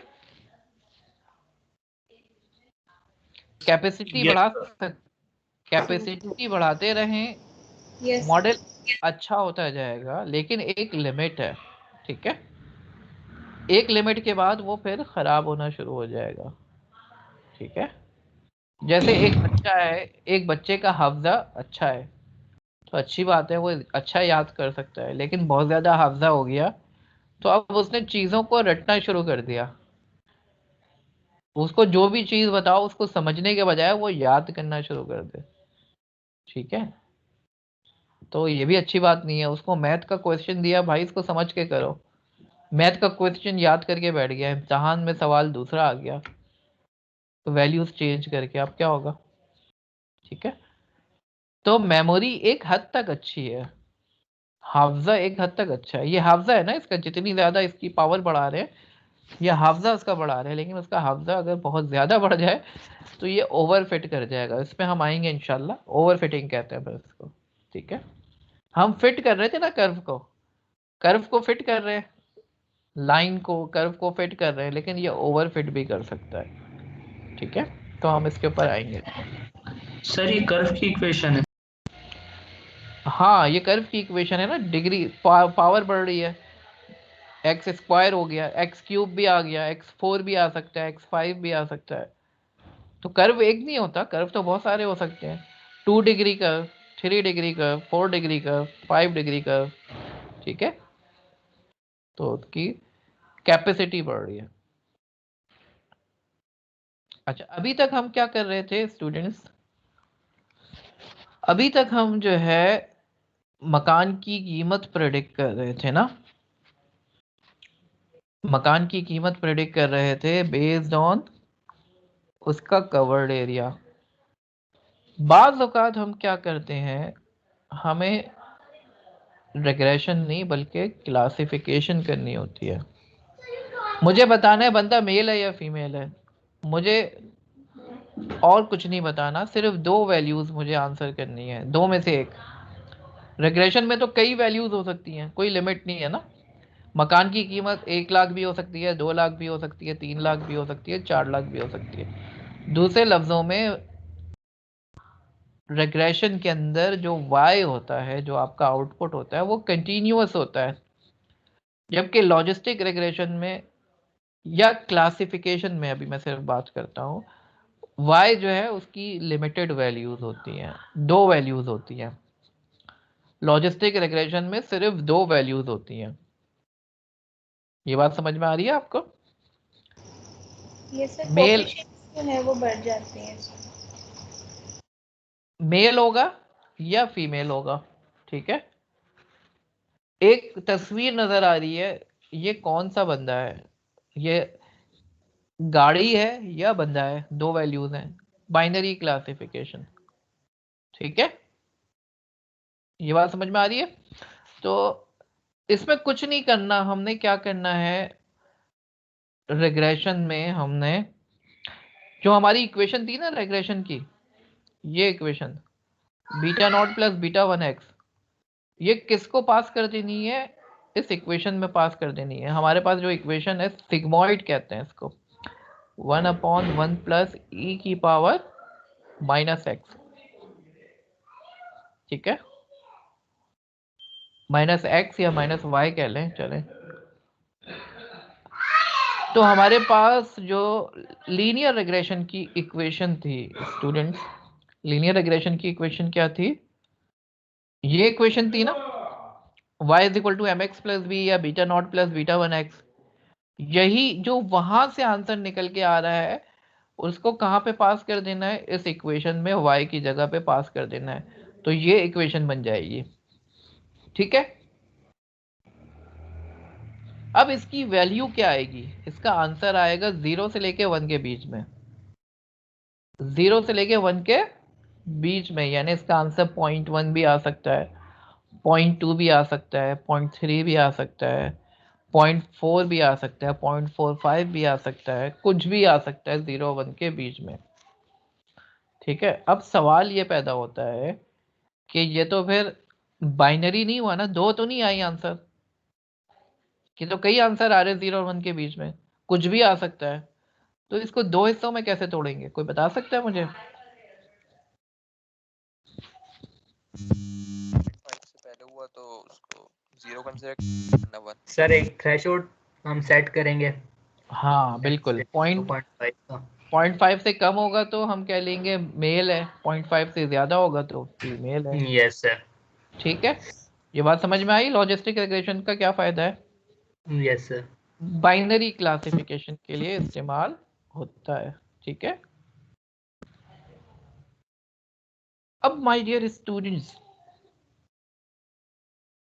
हमारे पास सिर्फ एक फीचर तो नहीं होगा ना, लॉजिस्टिक रिग्रेशन तो बाइनरी क्लासिफिकेशन हो गई। मैं आता हूँ लीनियर रिग्रेशन की तरफ। यहाँ पे हम क्या, x एक था ना, मकान की कवर्ड एरिया की बुनियाद पे मैं फैसला कर रहा हूँ कि उसकी क्या कीमत होगी, लेकिन मकान का कवर्ड एरिया तो नहीं है ना सिर्फ, और भी तो चीज़ें हो सकती हैं। मकान किस इलाके में है, ठीक है, मकान कितने वॉशरूम है उसके अंदर, मकान फुली फर्निश्ड है या नहीं है। ठीक है, तो x एक नहीं होगा बल्कि x कितने होंगे, बहुत सारे होंगे x। तो यहाँ पे मिसाल के तौर पर 2 है तो हम क्या लिखेंगे, x1 बीटा 1, x2 बीटा 2, और फीचर्स होंगे तो x3 बीटा 3। ठीक है, तो ये मल्टीपल लीनियर रिग्रेशन हो गई है, अभी भी लाइन, लेकिन एक पैरामीटर नहीं है, अब कितने पैरामीटर्स हैं, बहुत सारे पैरामीटर्स हैं। ठीक है, पैरामीटर्स बढ़ गए, तो हमारी ये जो इक्वेशन थी, ये जो इक्वेशन थी ये तो एक के ऊपर थी ना, x एक था तो x बार आ रहा था।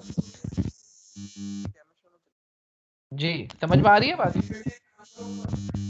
सर ये 3D उसमें चले जाएगा जब 3 हो जाएंगे, जैसे 3D नहीं बल्कि बहुत सारी डायमेंशन है, 4D 5D 6D, जितने फीचर्स होंगे उतनी डायमेंशन। तो हमारे पास अब एक वैल्यू नहीं है बल्कि पूरा मैट्रिक्स होगा।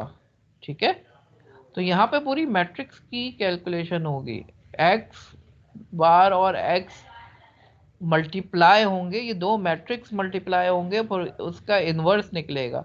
आप देखें ना, यहाँ पे ये जो चीज़ें नीचे आ रही थी, ये जो चीज़ें नीचे आ रही थी, अब ये डिवाइड तो नहीं होता ना मैट्रिक्स के अंदर। दो चीज़ों को डिवाइड करना हो तो फिर हमें क्या करना पड़ेगा, इन्वर्स निकाल के मल्टीप्लाई करते हैं। तो यहाँ पे क्या करना पड़ेगा, हमें फिर इन्वर्स निकाल के मल्टीप्लाई करना होगा। ये बात समझ में आ रही है?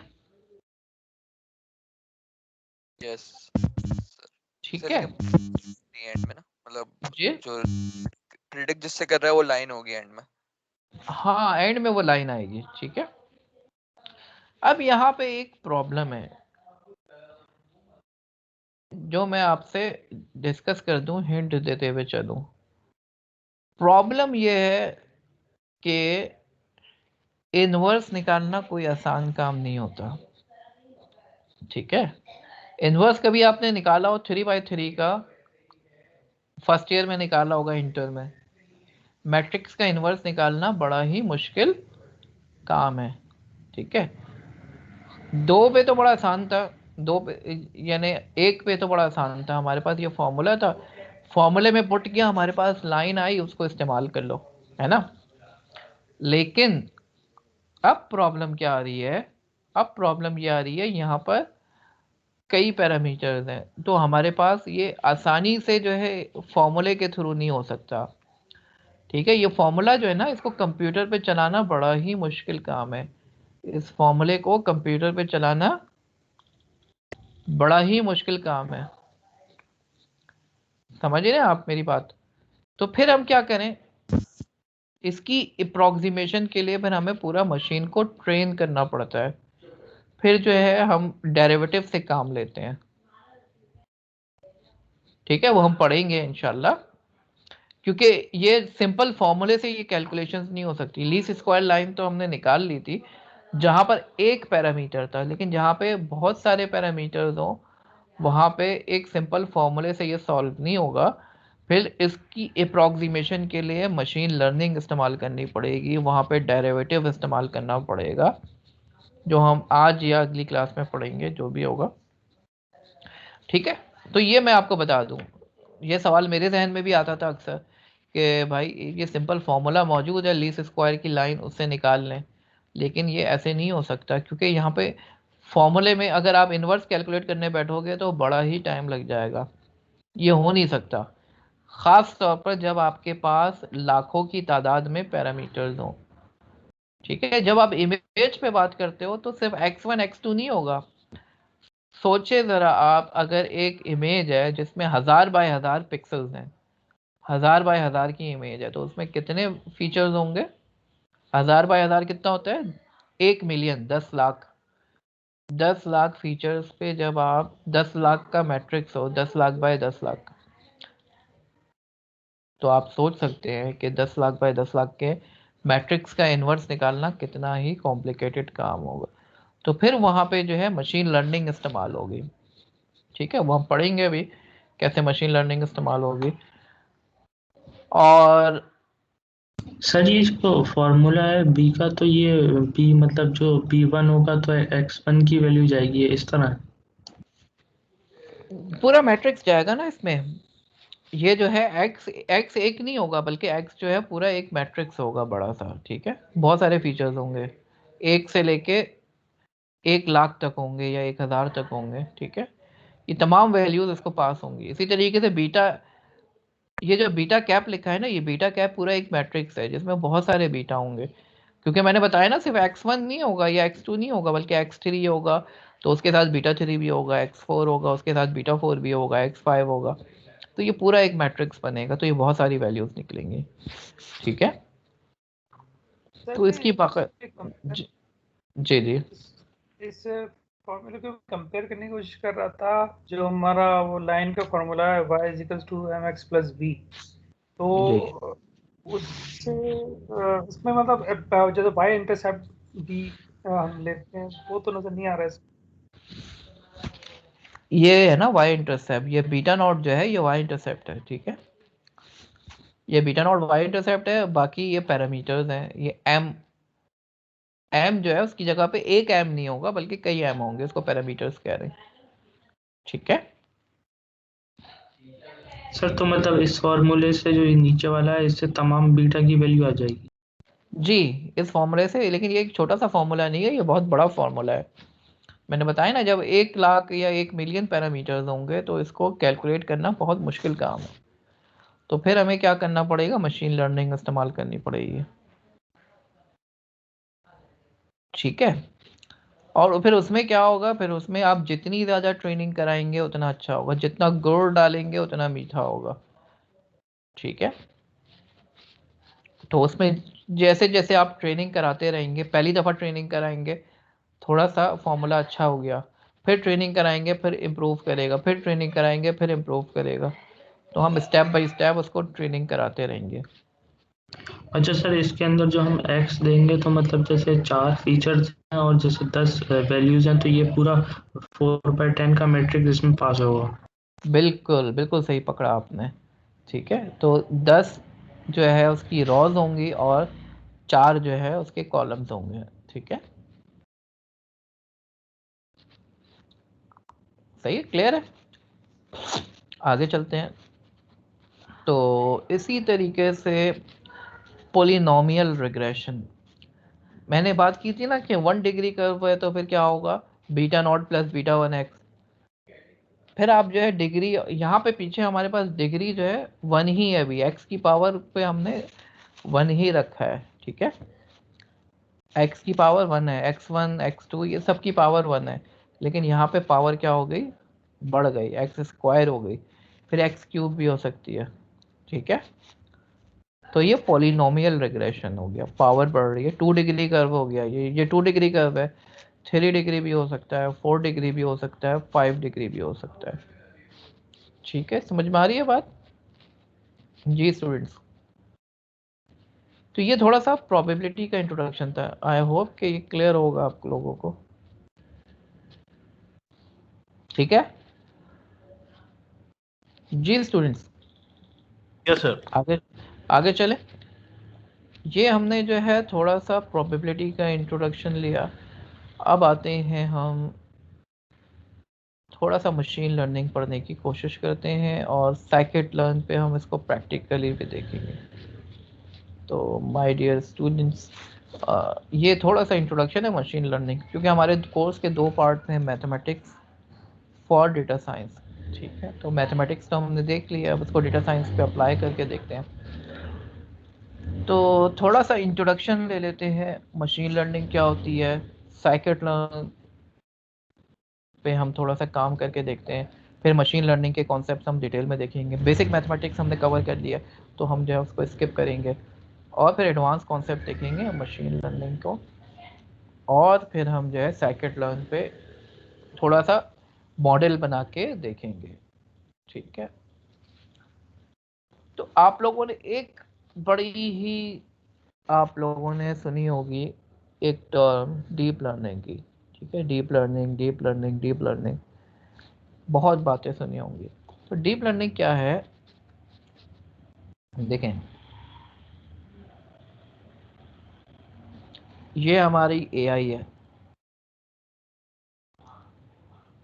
एआई के अंदर बहुत सारी टेक्निक्स हैं, जिसमें हमारे पास सिंबॉलिक एआई है, प्रेडिकेट लॉजिक यूज होती है, logic based AI, expert systems हैं, वगैरह वगैरह। उसमें से एक टेक्निक है मशीन लर्निंग की, उसमें मशीन लर्निंग आ गई। ये एआई है, एआई के अंदर हमारे पास मशीन लर्निंग आ गई। मशीन लर्निंग के अंदर अगर हम जाएं तो उसमें एक और टेक्निक है डीप लर्निंग, ठीक है। तो मशीन लर्निंग जो है एक टेक्निक है एआई बेस्ड, और उसके अंदर फिर डीप लर्निंग आता है। तो पहले हमें मशीन लर्निंग को समझना ज़रूरी है। मशीन लर्निंग हम समझ जाएंगे तो हम जो है डीप लर्निंग को फिर हम अप्लाई करेंगे इंशाल्लाह डिटेल में, डीप लर्निंग भी फिर हम समझ पाएंगे। तो पहले जब एआई इस्तेमाल की जाती थी, जो non machine learning based techniques है, उसमें क्या होता है, हम प्रोग्राम को इफ एल्स की लॉजिक के थ्रू जो है इंटेलिजेंट बनाने की कोशिश करते हैं। प्रोग्राम के अंदर हम रूल्स डाल देते हैं। रूल से मुराद ये है कि अगर मिसाल के तौर पर एग्रीकल्चर है और उसमें आपने एआई लगाना है, तो अगर मॉइस्चर लेवल कम हो जाए, इस लेवल से कम हो जाए, तो आपने क्या करना है, स्प्रिंकलर ऑन कर देना है। तो ये एक लॉजिक है, एक रूल है, ठीक है। ये रूल हमें क्या करना पड़ता था, प्रोग्राम के अंदर डालना पड़ता था। जितने मुमकिन रूल्स हो सकते हैं, ऑल पॉसिबल रूल्स, ये हम अपने प्रोग्राम के अंदर डाल देते थे, राइट। तो हमारा काम हो जाता था। इसी तरीके से चेस, आईबीएम का डीप ब्लू जो हो एक एआई बेस्ड सिस्टम था, उसने चेस में वर्ल्ड चैंपियन को बीट किया। तो उसने क्या किया था, उसने सिर्फ यही किया था कि अगर बोर्ड की कॉन्फ़िगरेशन इस तरह की हो तो तुम्हें अगली चाल क्या चलनी है, बोर्ड की कॉन्फ़िगरेशन इस तरह की हो तो फिर अगली चाल क्या चलनी है। तो ये तमाम पॉसिबिलिटीज़ को मशीन के अंदर डाल दिया, रूल्स सारे डाल दिए। स्टार्ट हो रहा है, बोर्ड की कंडीशन ये है, अब तुम्हें अगली चाल क्या चलनी है, फिर क्या चलनी है। बल्कि उसमें फिर ये भी देखता है कि अगर मैं ये चाल चलने जा रहा हूँ तो मैं अगर ये चाल चल दूँ तो फिर सामने वाला क्या चलेगा और फिर मुझे पास क्या चांसेस होंगे चलने के लिए। यानी वो आगे की भी सोचता था कि अगर मैं अभी ये चाल चल दूँ तो फिर सामने वाला क्या चलेगा और उसके जवाब में मेरे पास चलने के लिए क्या बचेगा, और फिर उसके जवाब में सामने वाला क्या चलेगा। मतलब कई चाल आगे का सोच के जो है ये पूरा ट्री बना के, पूरा प्रॉब्लम स्पेस बना के वो सर्चिंग करता था इसके अंदर। ये सर्च बेस्ड एल्गोरिथम्स होते थे एआई के। लेकिन अब ये एल्गोरिथम कहाँ फेल होगा? जी माय डियर स्टूडेंट्स, आपके जहन में कोई आइडिया है ये कहाँ जाके फेल हो जाएगा?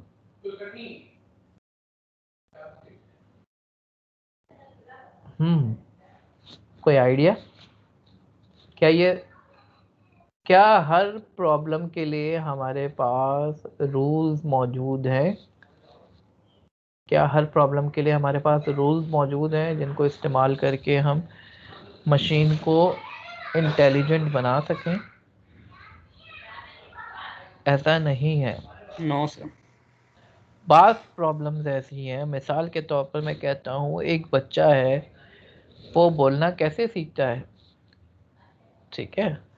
या मैं अगर उससे कोई जुमला कहता हूँ, वो क्या रूल है जिसकी बुनियाद के ऊपर जो है वो समझ जाता है कि ये जो स्पीच है इसमें क्या बोला जा रहा है। तो बाज़ जगहों पे हमारे पास रूल्स मौजूद नहीं होते, बाज़ चीज़ों को लिखने के लिए, इनकोड करने के लिए रूल्स मौजूद नहीं होते। एक बच्चा है, तस्वीर देख के कैसे पहचान लेता है कि इस तस्वीर में कौन बंदा है? या एक इंसान है, हम इंसान बीइंग अ ह्यूमन, हम कैसे पहचानते हैं कि ये किताब है, ये किताब की तस्वीर है, ये बल्ब की तस्वीर है, ये कंप्यूटर की, लैपटॉप की तस्वीर है? कैसे पहचान लेता है? इसके कोई रूल्स हैं हमारे पास? बाज़ जगहों पे रूल्स लिखना पॉसिबल भी नहीं होता, बाज़ जगहों पे रूल्स लिखना बड़ा टेडियस जॉब होता है। पूरी नॉलेज को इनकोड करना एक बड़ा ही मुश्किल काम है। तो फिर क्या किया जाए? क्यों ना कंप्यूटर को डेटा दे दिया जाए। डेटा दे देंगे, उसका काम क्या है, वो उस डेटा से खुद ही रूल बना ले, वो उस डेटा से खुद ही रूल बना ले। मिसाल के तौर पर मैं कंप्यूटर को बताना चाह रहा हूँ, सिखाना चाह रहा हूँ कि ये तस्वीर मेल की है और ये तस्वीर फीमेल की है, तो मैं कंप्यूटर को 100 मिसालें दूंगा मेल की, यानी 100 तस्वीरें दिखाऊंगा और साथ साथ उसको बताऊंगा भाई मेल ऐसा होता है। 100 तस्वीरें दिखाऊंगा फीमेल की और बताऊंगा फीमेल ऐसा होता है, फीमेल ऐसी होती है, ठीक है? जब वो 100 तस्वीरें देख लेगा उसके बाद वो सीख जाएगा मेल क्या है, फीमेल क्या है, ठीक है? तो हम जो है अपना एक्सपीरियंस, जो यहाँ पे एक चीज़ है एक्सपीरियंस जिसको डेटा कहा जा रहा है, उस एक्सपीरियंस से कंप्यूटर सीखता है। दूसरी चीज़ है टास्क, ठीक है? सम क्लास ऑफ टास्क टी। अब क्लासेस कौन कौन सी हैं? यहाँ पे 2 ही क्लासेस हैं, मेल और फीमेल। और फिर उसको, उसके सामने बेंचमार्क क्या है?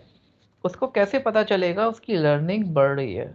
उसकी यानी उसकी कोई डायरेक्शन होनी चाहिए ना, यानी वो किस डायरेक्शन में स्टेप ले तो उसकी लर्निंग इम्प्रूव होती जाएगी।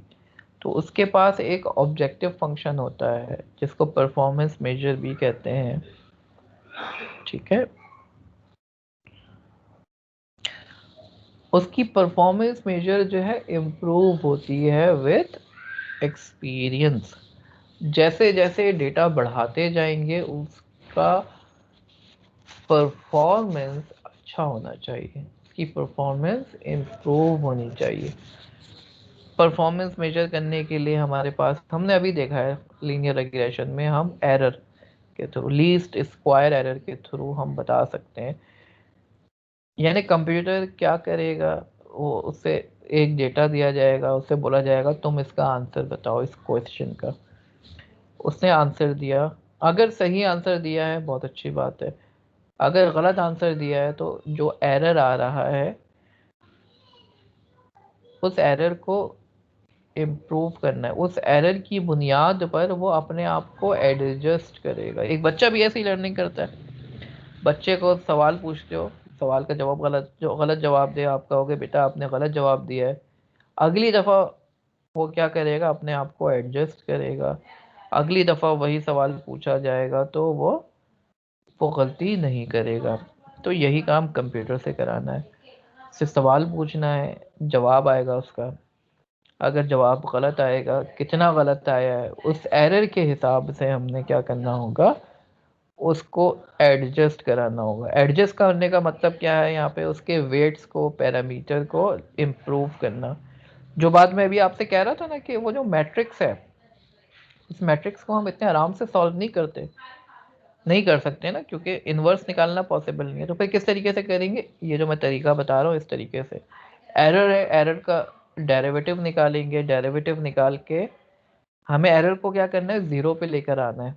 तो डेरिवेटिव निकाल के डेरिवेटिव की बुनियाद पर मशीन को एडजस्ट कराएंगे। भाई अब आपने अपने पैरामीटर को एडजस्ट करना है, बढ़ाना है, कम करना है, जो भी करना है, ताकि अगली दफ़ा पूछा जाए तो इस सवाल का जवाब सही दे आप।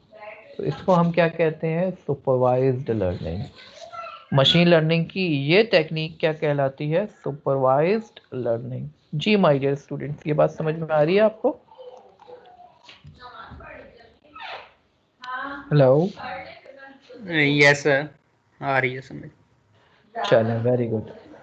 तो ये हमारा मशीन लर्निंग जो है समराइज करके मैंने आपको बता दिया। अब मशीन लर्निंग जो है क्यों इस्तेमाल की जाए, इसका जवाब मैं पहले ही दे चुका हूँ। बहुत सारे सवाल ऐसे होते हैं, बहुत सारे टास्क ऐसे होते हैं जिसके लिए एक फिक्स प्रोग्राम नहीं लिखा जा सकता।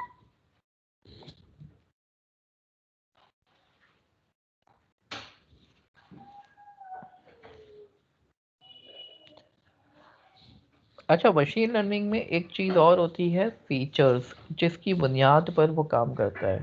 ठीक है, जो हम मिसाल देते हैं, मिसाल कुछ इस तरीके से होती है। आपके पास डेटा होता है, फॉर एग्जांपल डायबिटीज़ का डेटा सेट है, तो आपके पास कई फीचर्स होंगे। पहला फीचर हो गया भाई बंदे का जेंडर। ठीक है, जेंडर क्या है। और दूसरा फीचर क्या होगा, बंदे की शादी हुई है या नहीं हुई है, उससे भी पता चलता है कि बंदे को डायबिटीज़ है या नहीं है।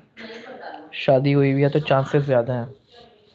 ठीक है, और एज,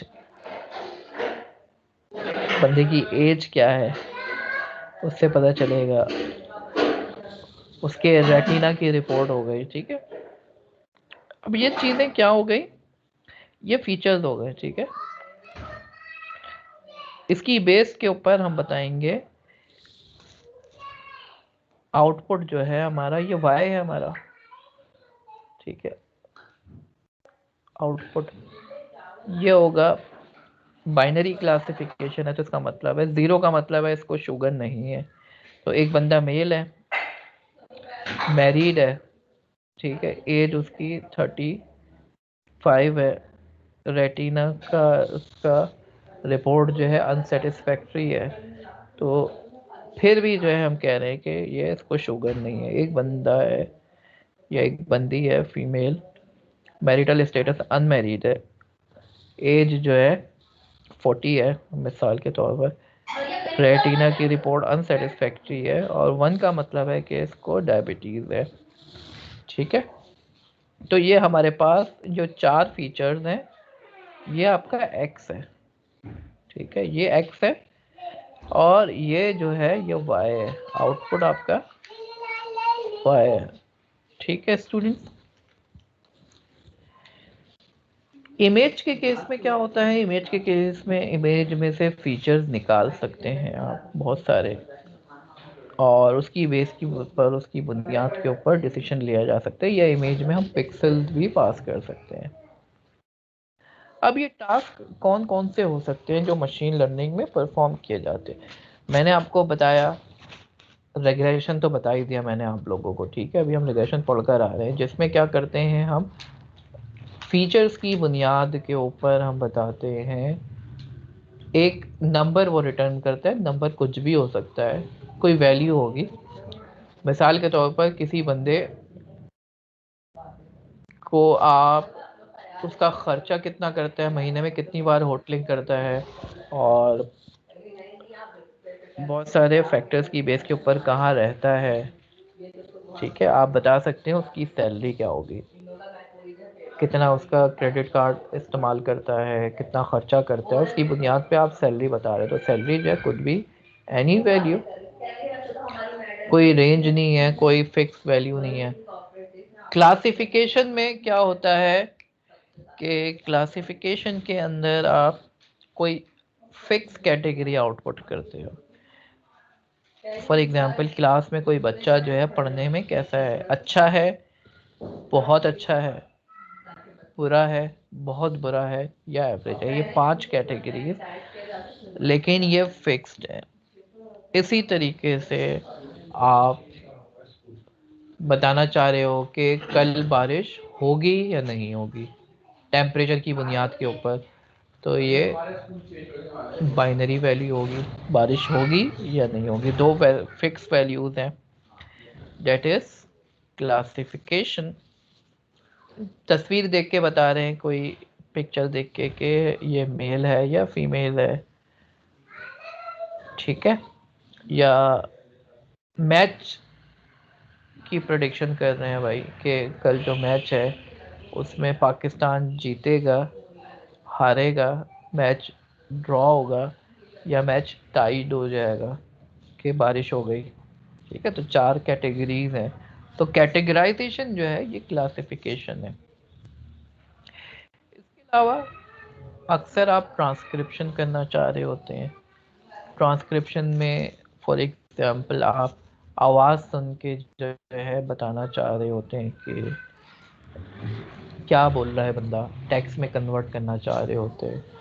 या आप इमेज देख के बताना चाह रहे होते हैं इसमें क्या चीज़ है, जिसको हम क्या कहते हैं, OCR, ऑप्टिकल कैरेक्टर रिकग्निशन।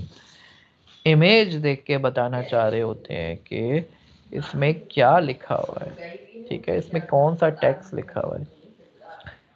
एक और काम जो हम अक्सर कर रहे होते हैं मशीन लर्निंग में, दैट इज मशीन ट्रांसलेशन। एक लैंग्वेज से दूसरी लैंग्वेज में कन्वर्ट करना, ठीक है।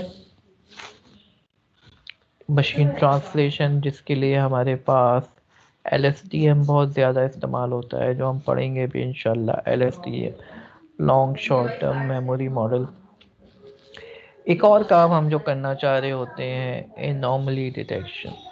एनॉमली डिटेक्शन का मतलब है डेटा देख के बताना कि कोई एबनॉर्मल काम तो नहीं हो रहा। क्रेडिट कार्ड की ट्रांजैक्शन हो रही है, देख के बताना कोई एबनॉर्मल ट्रांजैक्शन तो नहीं हो रही, कोई फ्रॉड तो नहीं हो रहा। तो दैट इज एनॉमली डिटेक्शन।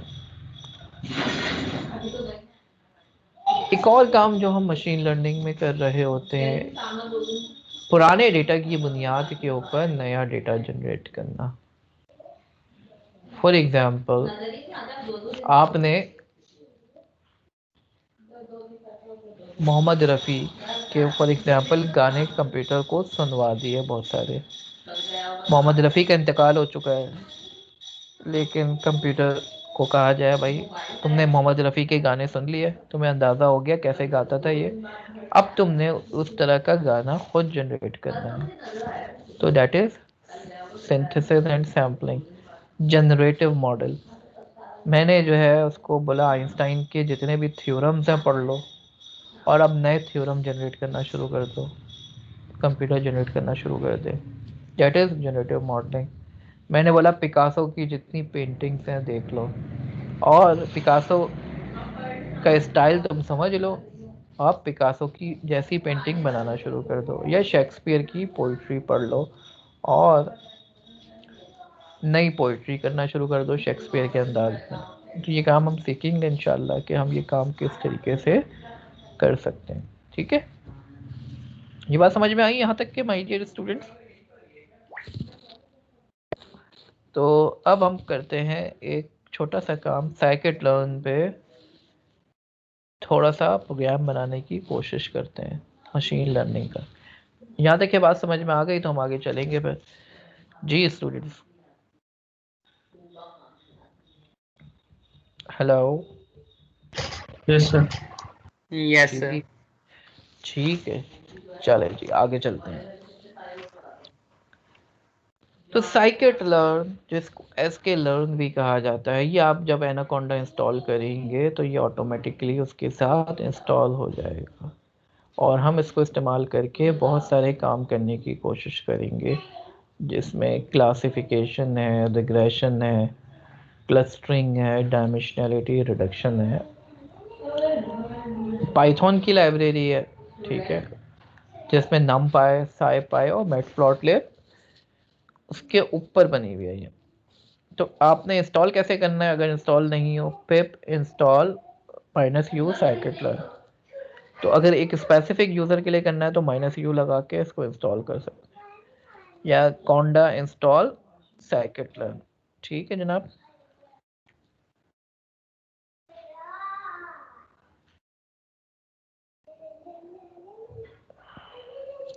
अच्छा, अब इसको इस्तेमाल कैसे करेंगे इस पे बात कर लेते हैं। कोडिंग तो मेरा ख्याल है हम अगली क्लास में ही कर पाएंगे। अब तो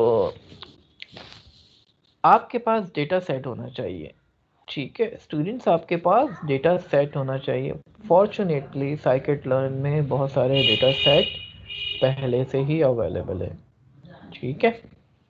तो मैंने जैसे आपको बताया पीछे, अगर आप जो है डायबिटिक की प्रेडिक्शन कर रहे हैं तो आपके पास कुछ चीज़ें एक्स होंगी और कुछ चीज़ें वाई होंगी, ठीक है।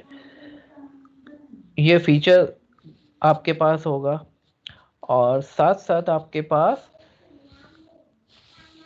लेबल होगा। लेबल आपका वाई होगा, जिसको आउटपुट भी कहते हैं, जिसको लेबल भी कहते हैं, ठीक है।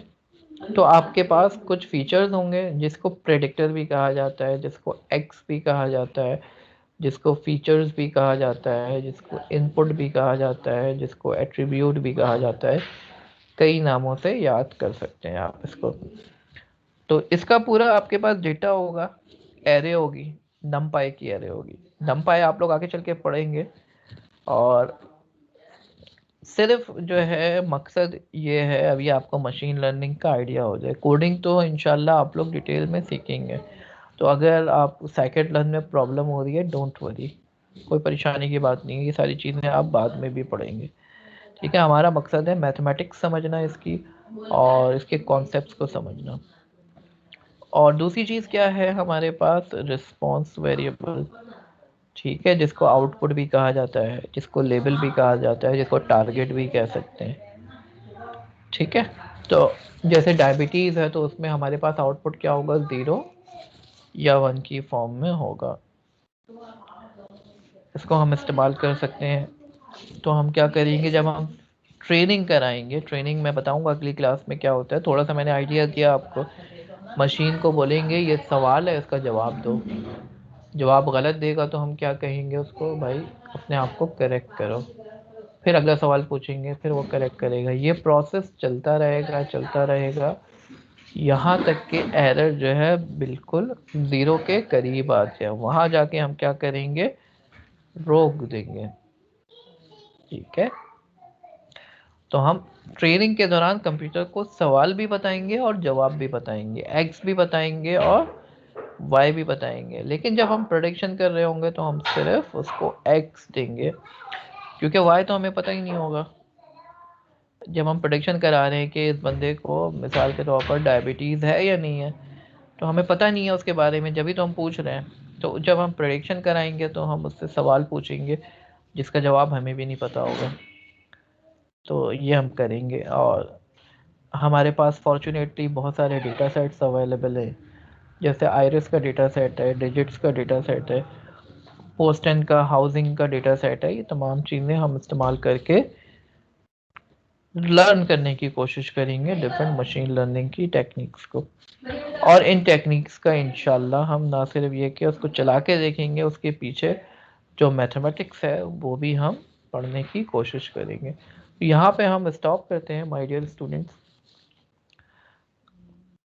ठीक है जनाब, तो इंशाल्लाह कल मुलाकात होगी आप लोगों से। Any question if you would like to ask?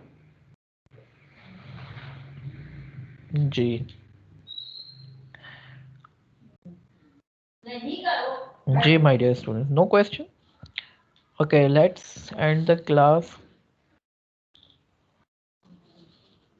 Okay, Allah Hafiz.